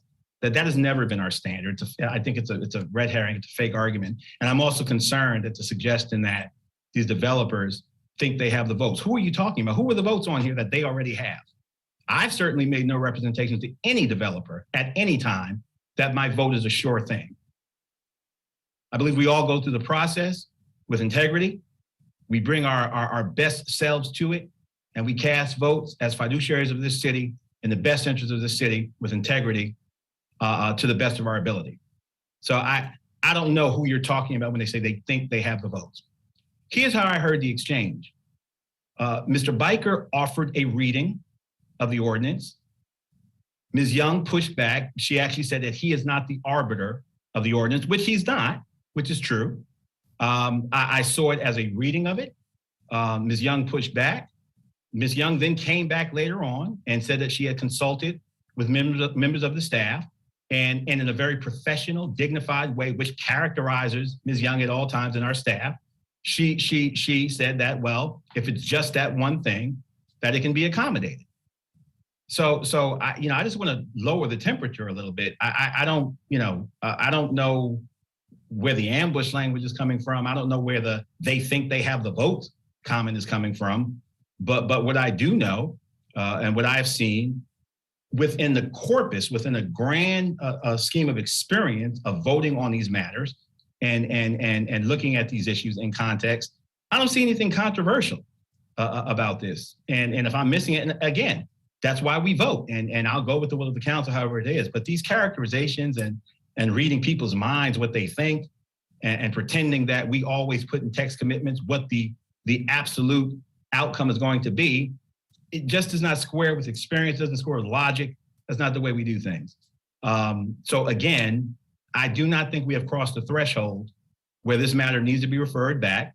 I believe Scannell when they say they're not going to put it in there. There was a slide already in the presentation that spoke to electronic gaming. The language, now, I don't know, unless they did that slide tonight, within the context of this debate, that was already part of the presentation. That satisfies me. The staff, whom I respect, recommended adoption of this proposal on the behalf of the developers. And I'm inclined to agree with the staff and vote for this proposal. I'm prepared to do it tonight. If it's the will of this council to remand it back for whatever reason, to add however many sentences and add more weeks, I'm fine with that too. Thank you, Madam Mayor. All right. Councilman Williams and then Councilwoman Johnson. Yeah, I might say something.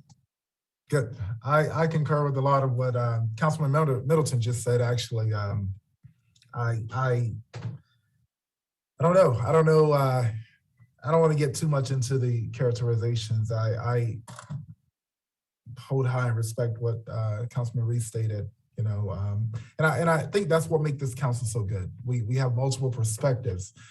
For me, if you ask me, if I took my restaurant and put it somewhere and put a proposal out, then I would hope that I've stated a reputation that will do a good job. And that's part of what I was looking at. For me, this makes business sense. And I rely, as I stated before when I first got on this council, this is the lens. This is one of the lenses that I actually look at these things, and I'll rely on my colleagues to, invoke their lens, and hopefully it balances out that way. I'm looking at the state of things in Durham right now, and I'm looking at our neighboring municipalities, and I'm looking at, how they're doing things, and I'm looking at regional development, and regional economic development, and I'm looking at opportunities before us. And I hold high in great regard what's been said here tonight in regards to just making sure we have it down on paper, making sure the promise is ironclad. I'm with that. But like I said, I look at the state of Durham and I look at our need and I look at how this can potentially provide some solutions. I'm not hung up on just this one thing. I'm ready for multiples, multiple opportunities to come across.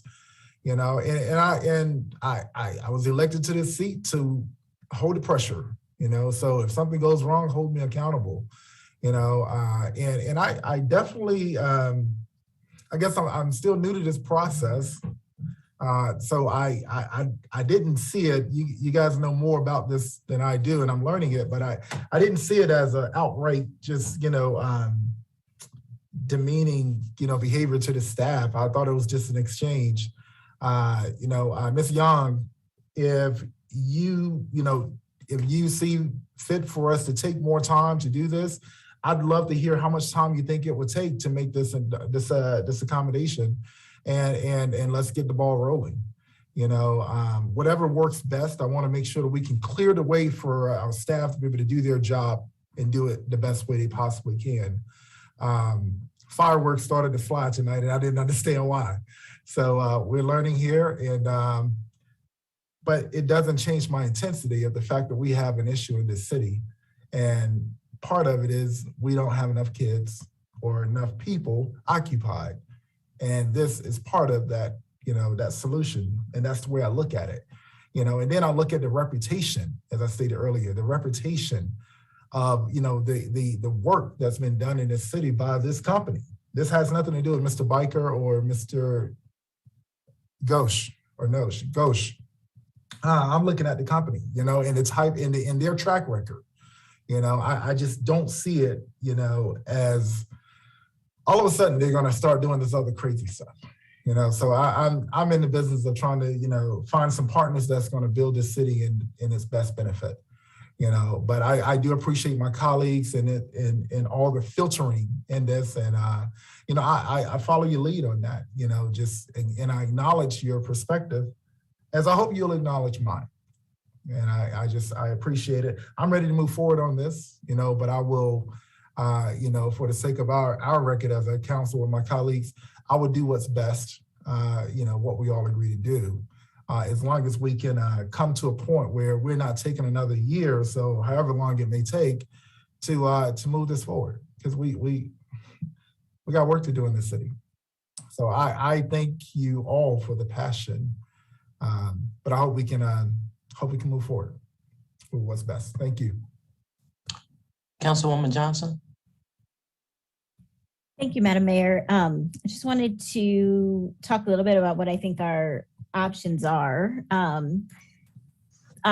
So Director Young said that they would prefer for the item to be referred back to staff, but then later said that if we wanted, we could continue the public hearing for 2 cycles, that she thought that would be enough time to manage the additional, the text-only development plan with just the restrictions on usage. Or we could vote now, but I think that if we were to vote now, if I'm understanding what our staff is saying, that if we were to vote now, it would not make sense to include the usage restrictions in the package that we're voting on now, that they need more time to actually incorporate that and rerun the numbers and make that happen. So it seems like our 2 options are vote on the current proposal without additional usage restrictions, or the least burdensome continuance would be to continue for 2 cycles to give the planning staff time to review and incorporate those additional restrictions into the plan. So I think the real question is whether we feel like those restrictions are necessary. And I'm wondering what my colleagues feel about that. And then if we can get a sense of whether we want to move forward with those restrictions, then I think we can just do the continuance. And if there isn't a majority of people who want to move forward with those restrictions, then we could just vote now. But I don't feel clear yet on what the feeling of the body is regarding the additional use restrictions, whether we need them or not. And now I think I want to try and weigh in as to my perspective. The first thing that I think that is clear in my mind, that we had no opponents to this, okay, in all the public speakers. However, at the same time, the one concern that I really had coming into this, that you had a planning commission who voted 0-12, and that weighs heavily with me. As I've sat here and listened, I think that when you talk about projects of this size being fairly new in this arena, and just listening to everybody, I've learned a lot. I think it's important for me that I am clear what I'm actually doing. And so when I hear the concerns raised by folk who have been on this council longer than I, and who this developer is new to me, I do know some of the players, but this type of issue is new to me. I don't see a reason why we would not defer it until we're all clear, especially me at this point. And so in my mind, when you think about how long this land is going to be used in comparison to the 2 cycles, then that's how I weigh it. And I would feel more comfortable in allowing those questions to be answered, because those questions too were raised by some of our speakers. And in the long run, sometimes I think that it's better if we are deliberate. This is what democracy looks like.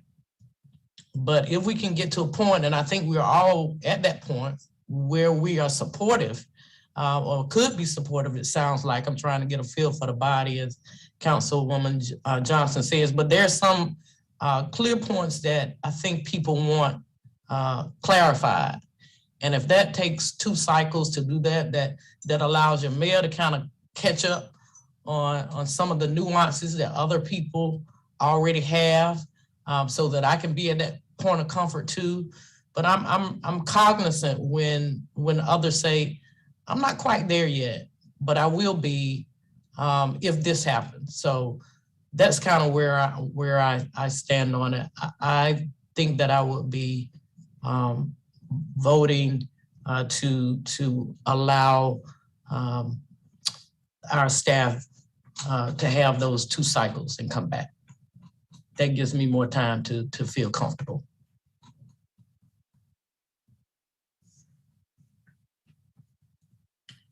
Is there anybody else? And I know that's where you were trying to get us to, Councilwoman Freeman, but sometimes it takes a little time for this brain to kind of catch up.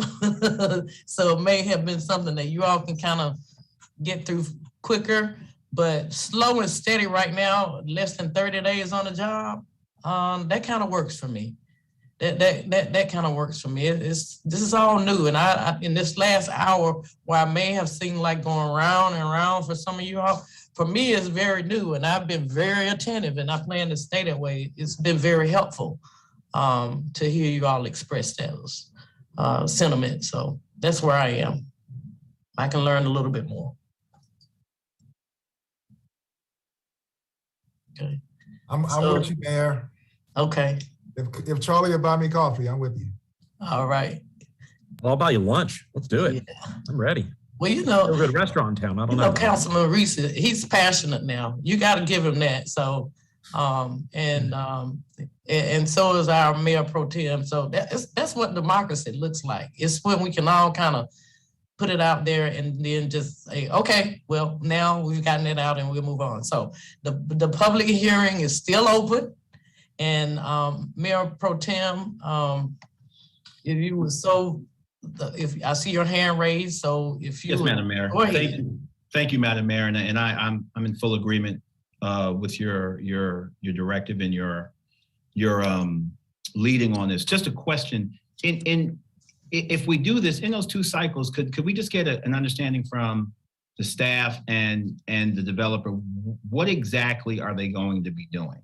Is it to add that language of restriction? What is the task in the 2 cycles? I'm happy to respond to that, unless you're asking staff to respond first. It's no problem. You can go. Well, I'd be curious as to see what your understanding of what's going to happen is.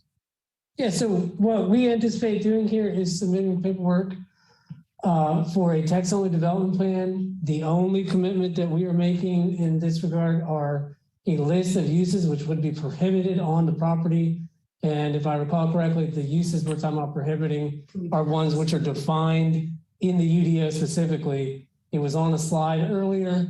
I actually have the slide in front of me. Happy to read those uses right off the list if that suits you.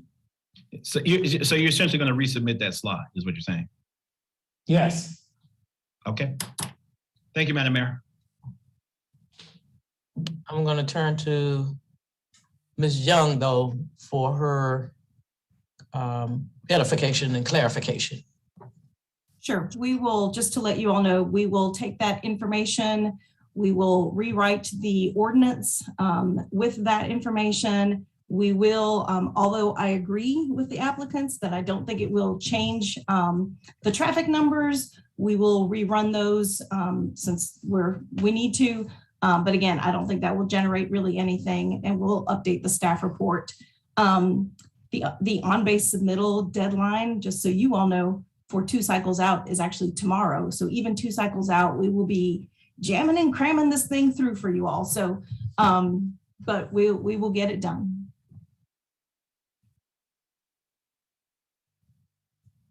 Thanks so much, Sarah. Thank you. Thank you all. Okay. Councilwoman Freeman. Thank you, Madam Mayor. I'd like to make a motion that we move forward with referring this item back to our staff to accept those prohibited items and review and rewrite their ordinance for us to review in 2 cycles. Point of clarification: Are you? We're keeping it's within the prerogative of the gavel to just. You've already got unanimous consent for us. It's within the prerogative of the gavel to keep it open. I don't think we need to actually. I don't think we've ever taken a formal vote to. Okay. Keep it open. So, and I'm hearing that I see our attorney just for her to give me a nod. I will hold this matter open for 2 cycles. And we'll know what that date is from our February staff. 7th. I'm sorry. I think it's February 7th. Thank you. So that'll be February 7th. Okay. All righty. Now, okay, I think now we are moving through our agenda, and guess what? I believe that we are there for other matters. Are there any other matters that would come before our council tonight? Great start to a new year, everybody. Great start. So at this time, this meeting on the 3rd day of January 2022 in the Bull City, where we get things done. This is what democracy looks like. We are now at 10:15 declaring that this meeting is adjourned. Great job, everybody. This was good. Colleague. I learned a lot. We'll see you on Thursday. Happy New Year, y'all. Okay. Well, I look forward to learning even more. Thank you all, staff. Good night, everybody. Thank good you work, all. people. That Love you. was great. I had a good time.